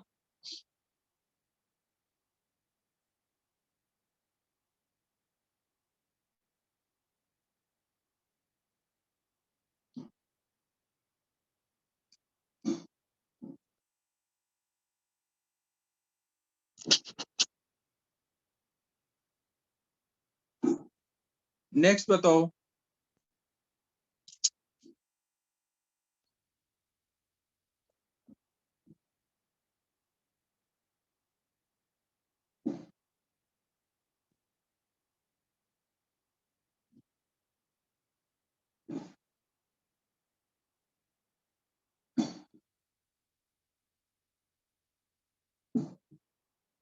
थर्टी सेवन कर लो भाई, इतना बताया तो एक क्यों छोड़ना, वो भी कर ही देते हैं।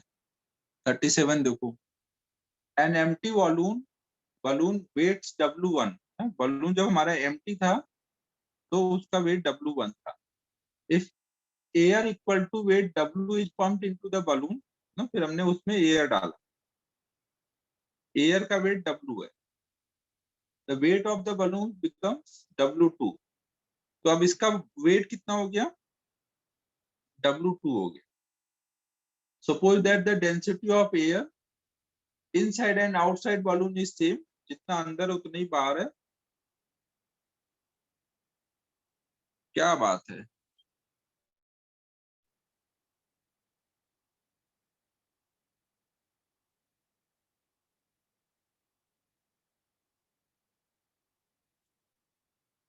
कोई बताना चाहेगा 37 में क्या हुआ है?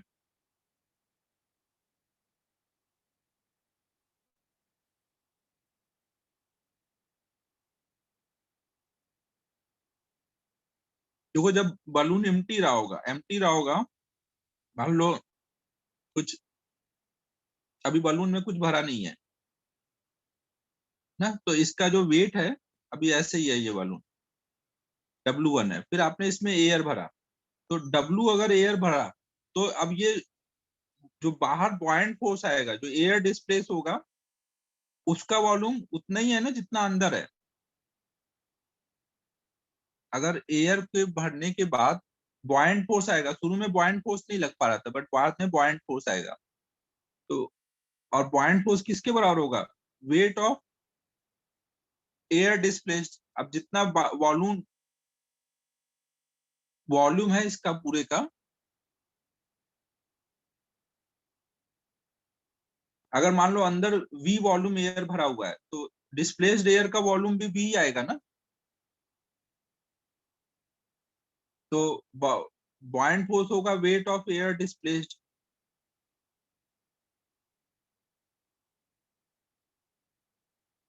और इसका टोटल वेट कितना बोलोगे?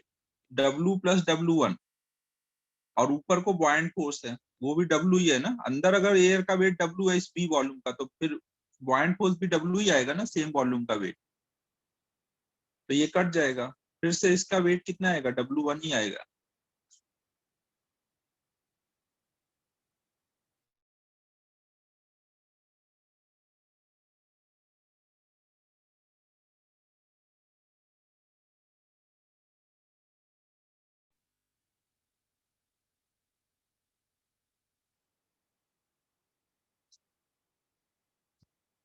चले आगे अब।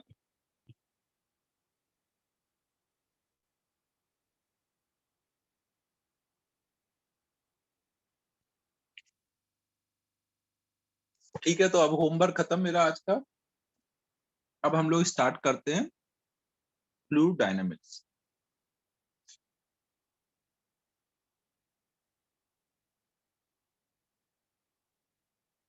ना फ्लूइड मैकेनिक्स में हमें दो पार्ट करने थे ना, फ्लूइड स्टैटिक्स और फ्लूइड डायनामिक्स। तो अब हम लोग सेकेंड पार्ट स्टार्ट कर रहे हैं, फ्लूइड डायनामिक्स। एक मिनट रुकना।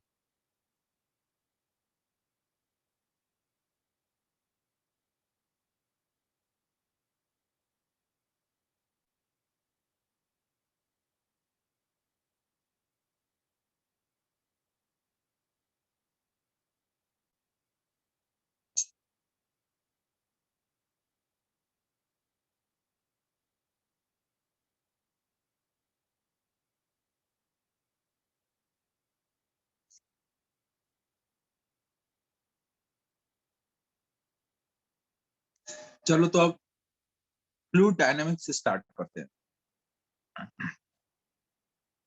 तो वो फ्लूइड डायनामिक्स मतलब यहाँ पे क्या हो रहा होगा? फ्लूइड फ्लो कर रहा होगा ना। मान लो कोई पाइप है और इसमें कोई लिक्विड लिया, वो फ्लो करके जा रहा है ना, पाइप के थ्रू लिक्विड फ्लो करके जा रहा है ना। तो फ्लो हो रहा है मतलब यहाँ पर जब कंटेनर के रिस्पेक्ट में फ्लूइड फ्लो हो रहा होगा, तो वो वाला जो पार्ट हम पढ़ेंगे तो उसको हम लोग डायनामिक्स में रखते हैं। तो फ्लूइड डायनामिक्स पढ़ने से पहले हम ये ध्यान रखते हैं कि हम ये जो भी पढ़ रहे हैं ये सब आइडियल लिक्विड के लिए ही पढ़ रहे हैं ना।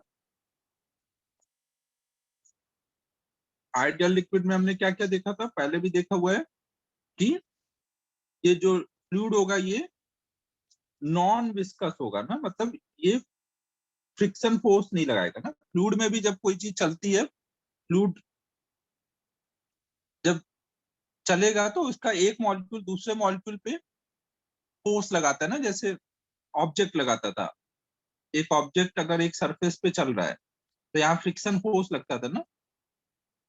लेकिन यहाँ पे हम क्या मान के चल रहे हैं कि जब भी ये फ्लूइड चलेगा तो कोई यहाँ सरफेस से कोई फ्रिक्शन नहीं लग रहा होगा ना, कंटेनर के सरफेस से, या फिर लिक्विड का एक लेयर दूसरे लेयर पे कहीं पे भी कोई फ्रिक्शन नहीं लग रहा होगा ना। नॉन विस्कस है ना। ये अभी हम लोग आगे पढ़ेंगे ना, विस्कस लिक्विड पीओएम चैप्टर में, अगले चैप्टर में ना। लिक्विड के लिए कभी भी कहीं यहाँ पे अभी इस चैप्टर में फ्रिक्शन नहीं लेना है।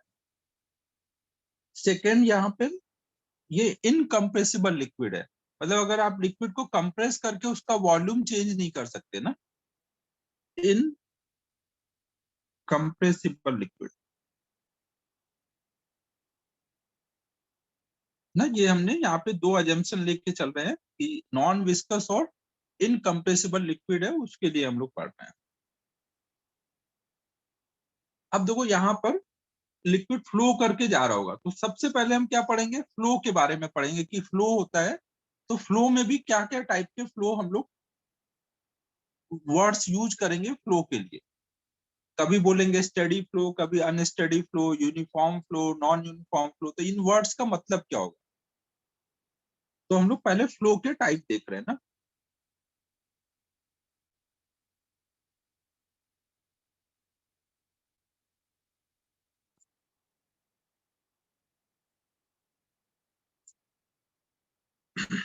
तो देखो फ्लो को हम लोग दो टाइप में डिवाइड करते हैं, एक बोलते हैं स्टेडी फ्लो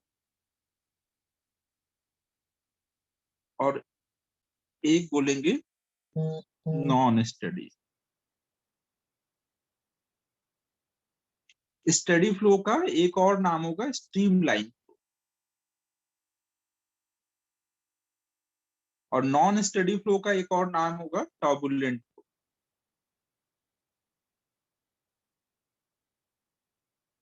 तो अब देखो ये क्या क्या होता है ना? हम लोग पहला देख रहे हैं स्टेडी फ्लो।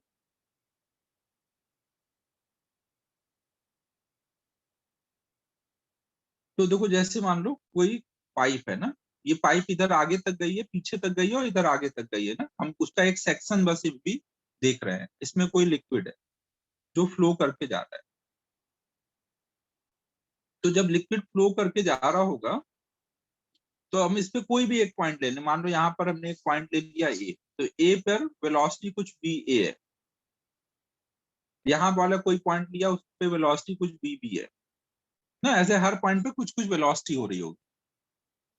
तो अब ये जो पॉइंट ए है, यहाँ पे पहुंचने वाला हर पॉइंट की वेलोसिटी अगर बी ए ही आ रही है, मतलब वो टाइम के साथ अगर चेंज नहीं हो रही है, पॉइंट ए की वेलोसिटी अगर टाइम के साथ चेंज नहीं हो रही है ना, कोई भी मॉलिक्यूल जो ए से क्रॉस करेगा अगर वो सेम वेलोसिटी से क्रॉस हो रहा है, मतलब b a not changing with time है, तो उसका डिफरेंशिएशन जीरो आएगा ना, d v by d t zero, मतलब बी चेंज नहीं हो रहा है ना। ऐसे कोई दूसरा पॉइंट लोगे वहां पर भी सेम चीज फॉलो हो रही होगी। बी पॉइंट पे जब भी कोई मॉलिक्यूल पहुंच रहा है तो उसकी मॉलिक्यूल की वेलोसिटी हमेशा वी बी है, मतलब टाइम चेंज होता जा रहा है लेकिन पॉइंट बी पे जो भी आ रहा है उसकी वेलोसिटी हमेशा वी बी है, टाइम के साथ वो चेंज नहीं हो रहा है। ये क्या बता रहा है कि B A is constant.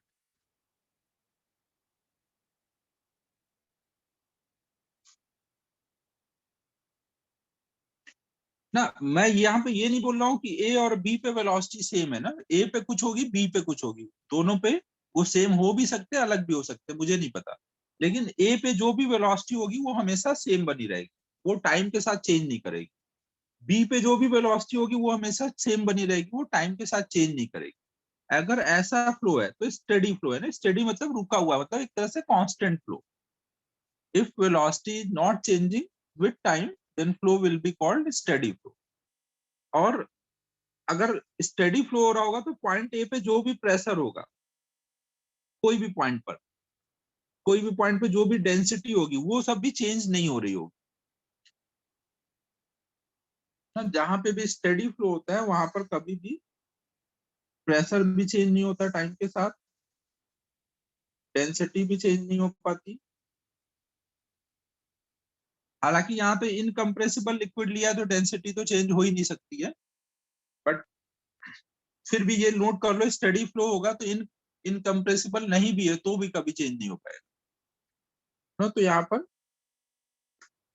Pressure हमेशा कांस्टेंट आएगा। हो भी सकता है वेलोसिटी सेम नहीं भी हो सकता है ना, v equal to v b हो भी सकता है नहीं भी हो सकता, ये अभी मैं आगे पढ़ाऊंगा ना, कब सेम होगा कब अलग होगा। अभी के लिए वो कोई ऐसा रिलेशन मैंने नहीं बोला है ना,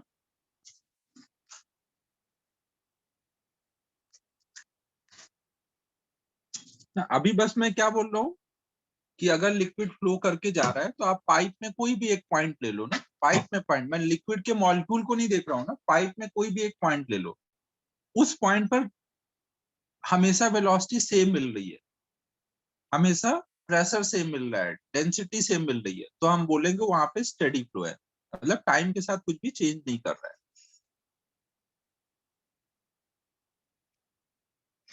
समझो ना, आप यहाँ बैठ के देख रहे हो ना, ए से जो भी पास करके जा रहा है वो हमेशा सेम वेलोसिटी से जा रहा है ना, यहाँ पे हमेशा प्रेशर सेम दिख रहा है, सेम डेंसिटी दिख रही है, तो आप बोलोगे ना सब कुछ स्टडी है एकदम ना, फ्लो का टाइप यहाँ पे स्टडी है।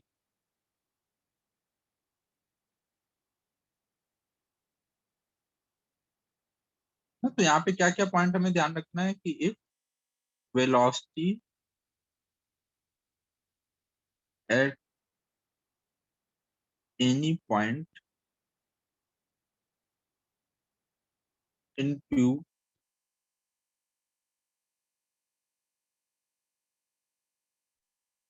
does not change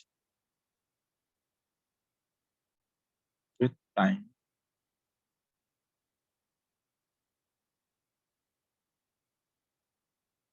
then flow is called steady।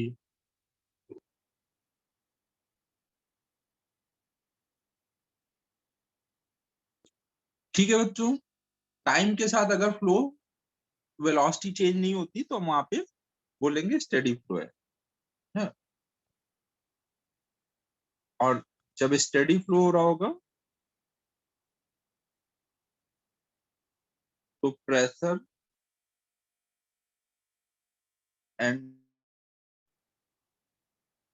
With also remain constant।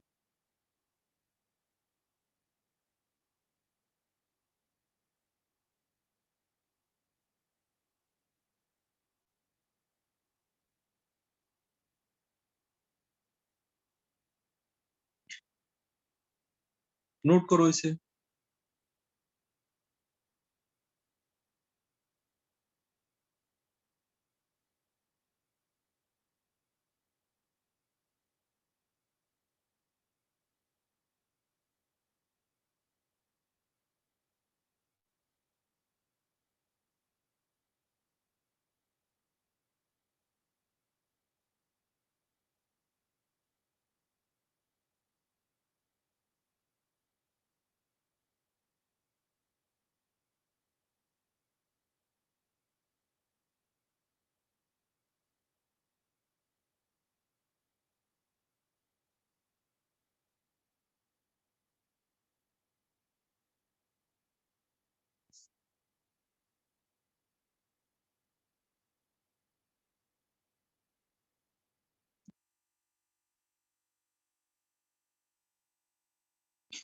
फिर देखो दूसरा टाइप रहता है नॉन स्टेडी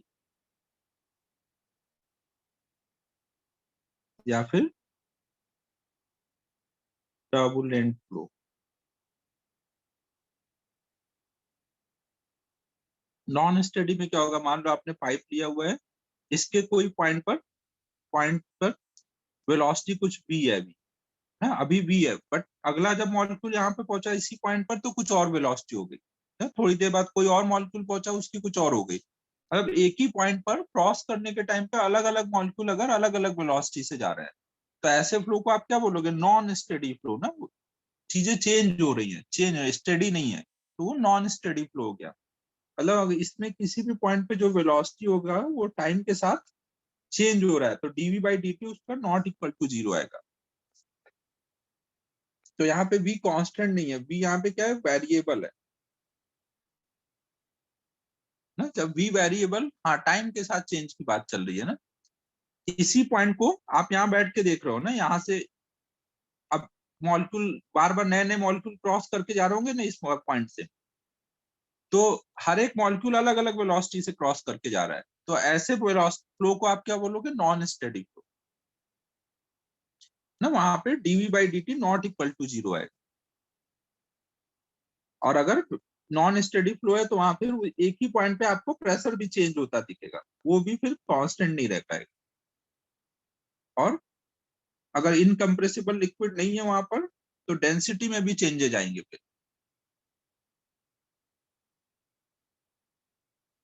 तो यहाँ पे पी जो होगा वो वेरिएबल हो जाएगा। डेंसिटी, डेंसिटी कांस्टेंट केवल किसके लिए रह पाएगी? इनकम्प्रेसिबल के लिए। इनकम्प्रेसिबल अगर नहीं है, हमने यहाँ पे माना हुआ है इनकम्प्रेसिबल, बट यहाँ बताना जरूरी है क्योंकि अलग से कोई आपको कंप्रेसिबल लिक्विड तो पढ़ाना नहीं है, तो थोड़ा यहीं पे बताना पड़ेगा, कई बार ऐसा क्वेश्चन आता है, इसलिए बता रहा हूँ। इनकम्प्रेसिबल लिक्विड के लिए और वैरी करेगा डेंसिटी अगर लिक्विड कंप्रेसिबल हुआ।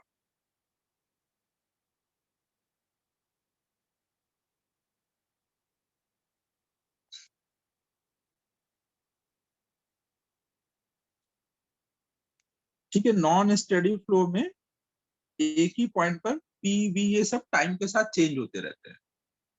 तो देखो जब नॉन स्टेडी फ्लो होगा ना, जब नॉन स्टेडी फ्लो होगा तो वहां पे क्या हो रहा होगा, अभी इस पॉइंट से मॉलिक्यूल गए तो अगला जो मॉलिक्यूल आएगा, मान लो ये मॉलिक्यूल कुछ इस रास्ते से गया, अगला मॉलिक्यूल आएगा तो वो कुछ ऐसे आया, इधर से कहीं से आया, अब वो कुछ अलग रास्ते से गया, ऐसे सब मॉलिक्यूल अलग अलग रास्ते से जाते हैं।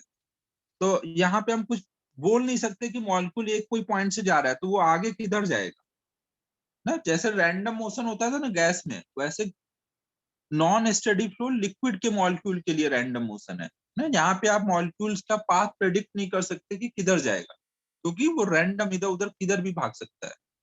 टर्बुलेंट फ्लो इसको बोलते हैं ना। तो यहाँ पे पॉइंट ध्यान रखते हैं, if velocity is changing at any point with time, then flow will be non-steady.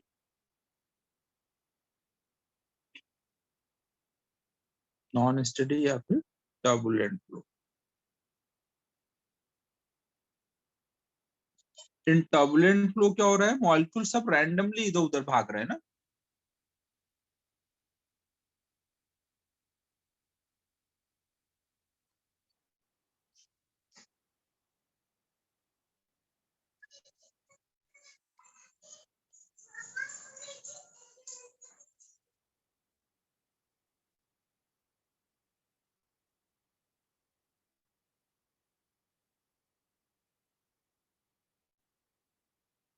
अगर वो रैंडमली मूव कर रहे हैं तो आप उनका पाथ प्रेडिक्ट नहीं कर सकते।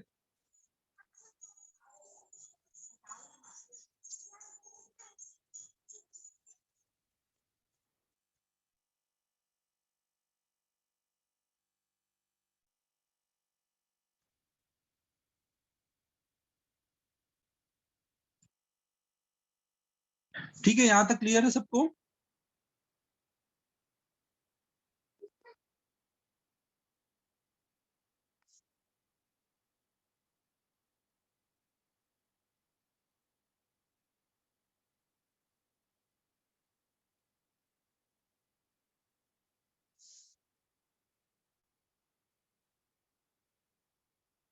अब देखो, कोई जगह पे फ्लो हो रहा है, कोई पाइप है और उससे लिक्विड फ्लो करके जा रहा है, तो वहां पे फ्लो स्टेडी होगा या टर्बुलेंट होगा, वो कैसे डिसाइड होगा? तो वो डिसाइड होता है कि ये v की वैल्यू कितनी है। अगर v की वैल्यू कम होती है तो वहां पे फिर फ्लो स्टेडी होता है, लेकिन अगर v बहुत फास्ट हो जाता है तो फिर मॉलिक्यूल इधर उधर रैंडमली भागने लगते हैं। बहुत फास्ट अगर जाएंगे तो फिर वो कंट्रोल में ही नहीं रहते ना, इधर उधर रैंडमली भागते हैं। तो v की वैल्यू से डिसाइड होता है ना, कितना फास्ट जा रहे हैं कितना स्लो जा रहे हैं। तो जो मैक्सिमम वेलोसिटी है, जहां तक वो स्टेडी फ्लो मेंटेन कर पाते हैं, उस वेलोसिटी को हम बोलते हैं क्रिटिकल वेलोसिटी। क्रिटिकल वेलोसिटी यहाँ पे एक टर्म डिफाइन करेंगे, क्रिटिकल वेलोसिटी। क्रिटिकल वेलोसिटी क्या होती है? ये वो मैक्सिमम वेलोसिटी है जहां तक फ्लो स्टेडी रहेगा।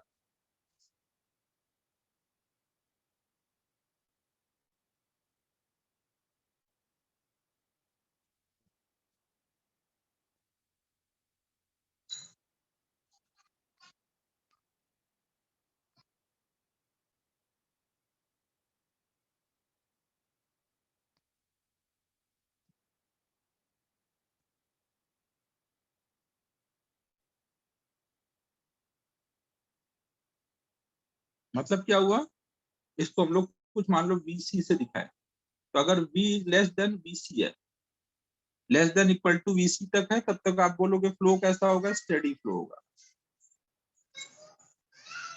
अगर V की वैल्यू VC क्रॉस कर गई तो वहां पर फिर वो नॉन स्टेडी फ्लो हो जाएगा।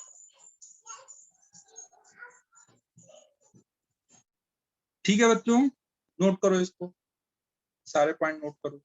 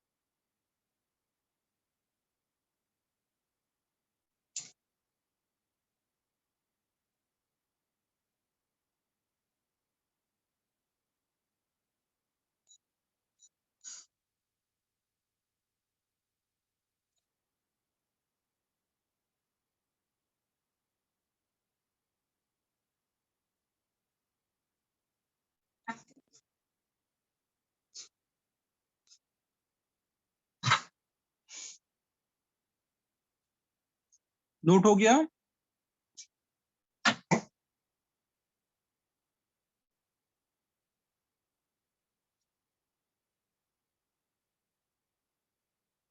अब देखो, हमें इस चैप्टर में स्टडी फ्लो के बारे में पढ़ना है, क्योंकि नॉन स्टडी फ्लो में कुछ पढ़ने जैसा है नहीं। जब कुछ पता ही नहीं है, कुछ प्रेडिक्ट ही नहीं कर सकते, तो पढ़ के क्या फायदा। तो हम नॉन स्टडी फ्लो नहीं पढ़ेंगे ना।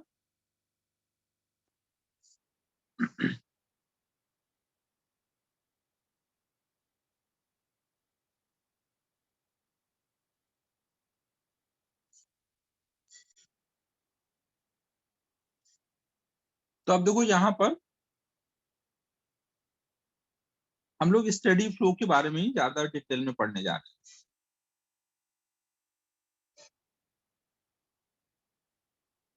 तो देखो, जब भी स्टडी फ्लो हो रहा होगा, तो हमें पता है कि यहाँ पे जो भी मॉलिक्यूल जा रहा होगा वो एक सेम वेलोसिटी से पहुंचा होगा। इस पॉइंट को जो भी क्रॉस करेगा, सब सेम वेलोसिटी से क्रॉस करेंगे।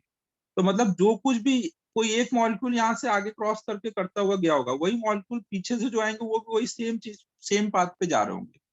तो मान लो कोई एक मॉलिक्यूल इस पाथ पे आ रहा था, इस पॉइंट पे इस वेलोसिटी से गया, तो वो आगे कोई इस पाथ पे फिर गया।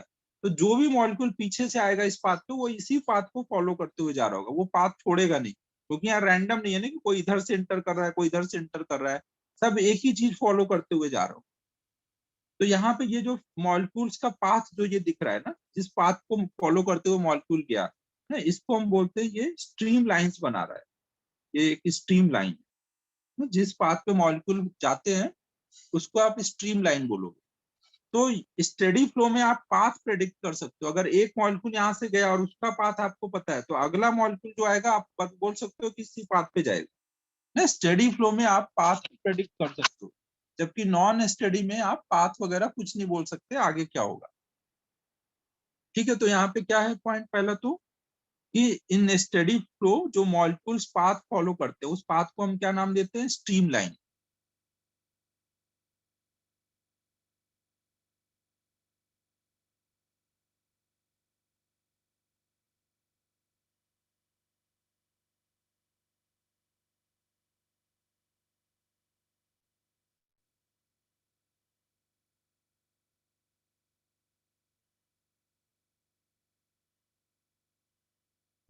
तो यहाँ पे ऐसे बहुत सारे स्ट्रीम लाइंस बन रहे होंगे ना, सब अलग अलग मॉलिक्यूल अलग अलग स्ट्रीम लाइन में जा रहे हो। तो इसलिए इस फ्लो को हम नाम क्या दे सकते हैं, स्टेडी फ्लो को हम और क्या नाम दे सकते हैं, स्ट्रीम लाइन फ्लो ना। यहाँ सब मॉलिक्यूल स्ट्रीम लाइन बना के चल रहा है ना, तो इसीलिए हम इसको स्ट्रीम लाइन फ्लो भी बोलते हैं ना। उधर कोई लाइन बना के नहीं चलता था, इसलिए उसका को नॉन स्टेडी को टर्बुलेंट फ्लो बोलते थे, जबकि स्टेडी फ्लो को हम लोग स्ट्रीम लाइन फ्लो बोलते हैं। तो since stream lines are formed during steady flow, so it is also called as multi-line। समझ आ रहा है मैं क्या बोल रहा हूँ?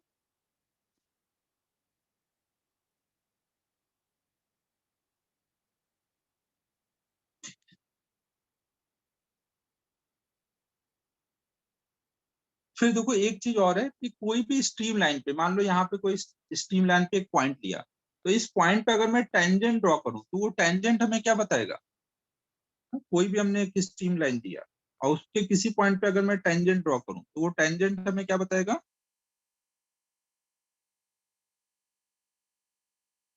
उस पॉइंट से जो मॉलिक्यूल क्रॉस करेगा उसकी वेलोसिटी का डायरेक्शन। यहाँ पे अगर आपका यहाँ पे टेंजेंट ड्रॉ करोगे तो यहाँ जो वेलोसिटी होगी उसका डायरेक्शन है, यहाँ टेंजेंट ड्रॉ करोगे तो यहाँ की वेलोसिटी का डायरेक्शन है। तो स्ट्रीम लाइन के किसी भी पॉइंट पे अगर हम टेंजेंट ड्रॉ करेंगे तो उससे हमें उस पॉइंट पे वेलोसिटी का डायरेक्शन मिल जाएगा।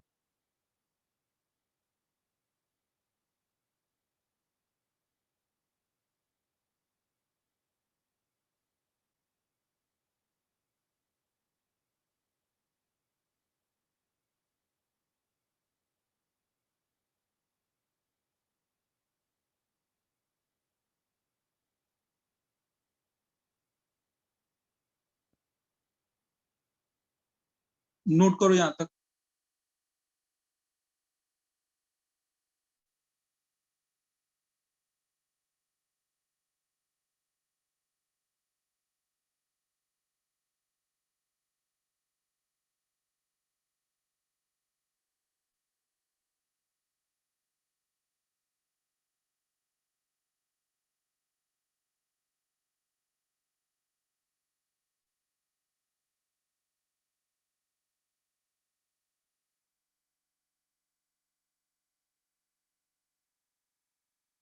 कहाँ पे चाहिए था सेल तुझे, क्रिटिकल वेलोसिटी चाहिए क्या?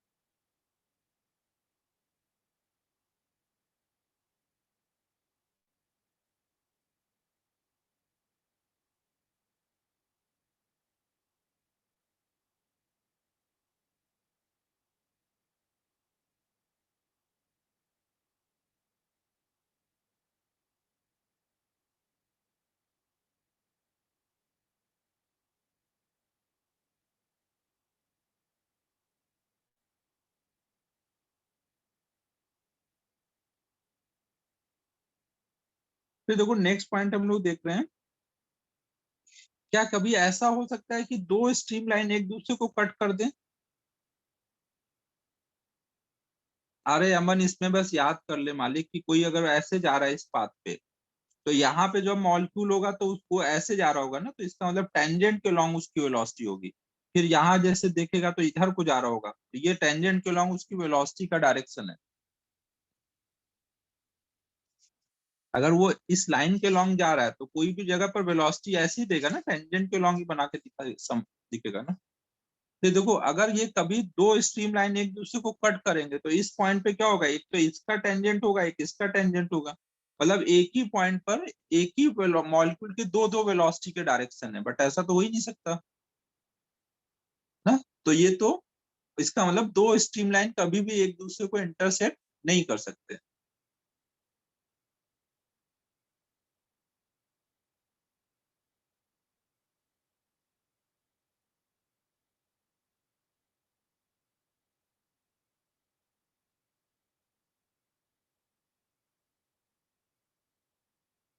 हाँ वही ना, इसीलिए ये अभी स्ट्रीम लाइन कभी भी एक दूसरे को इंटरसेक्ट नहीं करते ना, ऐसे आपको क्वेश्चन पूछे जाते हैं, इसलिए ये सब लिखना जरूरी है।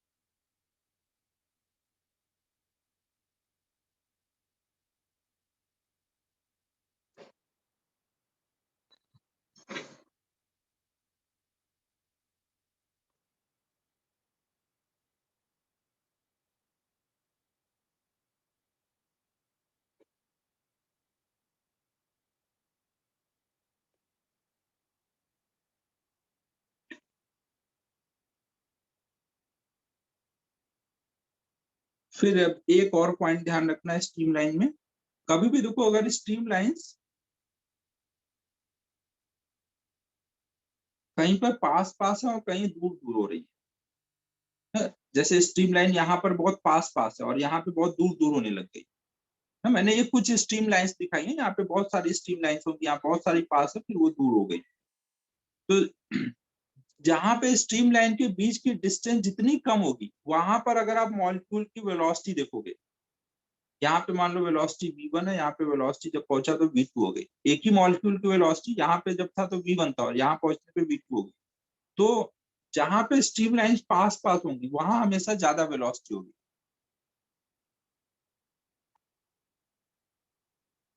कैन बी ड्रॉन लिखा है ना, two tangent can be drawn at one point.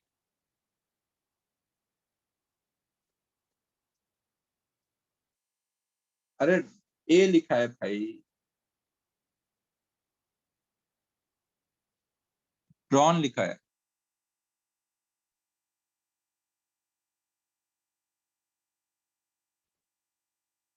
देखो अब इसका जो लॉजिक है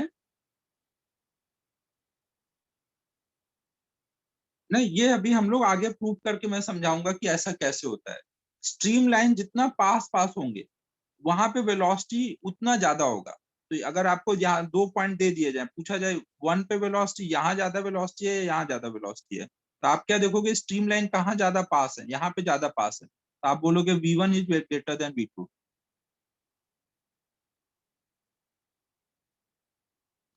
ना। यहाँ पे अगर हम लोग स्ट्रीम लाइन की डेंसिटी निकालें, मान लो यहाँ पे एक ए एरिया ले लें और यहाँ पे एक ए एरिया ले लें, तो ए एरिया से कितनी स्ट्रीम लाइंस जा रही हैं, यूनिट एरिया से कितनी स्ट्रीम लाइंस जा रही हैं, इसको हम बोलते हैं स्ट्रीम लाइन डेंसिटी। अभी और समझा रहा हूँ ना, ये नोट करो पहले। Number of lines, number of stream lines crossing unit area is called stream line density.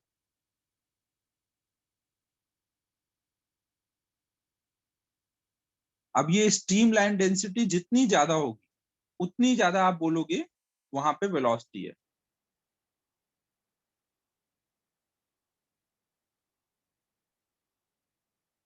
velocity will be proportional to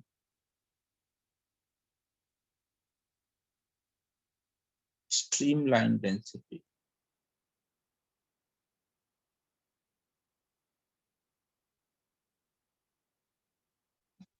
Bhavesh देख, मैंने यहाँ कुछ ज्यादा समझाया नहीं है, मैंने बस तुझे एक डायग्राम बनाया, अब बोला जहां लाइंस पास पास है वहां वेलोसिटी ज्यादा होगी, जहां दूर दूर है वहां वेलोसिटी कम होगी। मैंने तुझे लॉजिक तो समझाया ही नहीं है, तो तू क्या समझ रहा है? जो बोला वो तो समझ आ गया होगा ना कि पास पास है तो v1 is greater than v2। Logic अभी समझाया ही नहीं है, अब इतना नोट कर लो।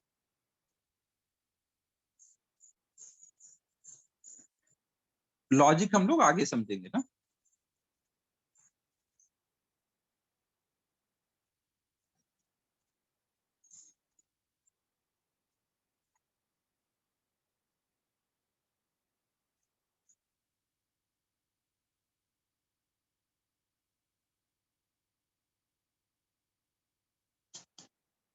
यार वो क्लास में फिर होमवर्क दूंगा तो क्लास में डिस्कस करूंगा, फिर टाइम बहुत चला जाएगा, फिर कोर्स ही नहीं खत्म होगा। 2 का तुम लोग खुद से कर लो और अलग से डाउट पूछ लो।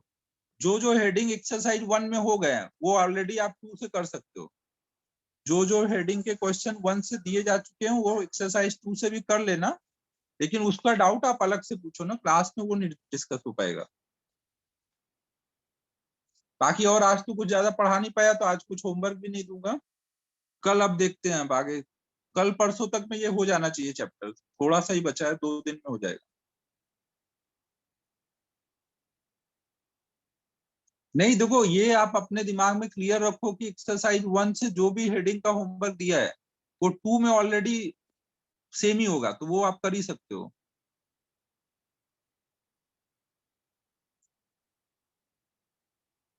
ठीक है बच्चों, फिर क्लोज करता हूँ। Bye bye.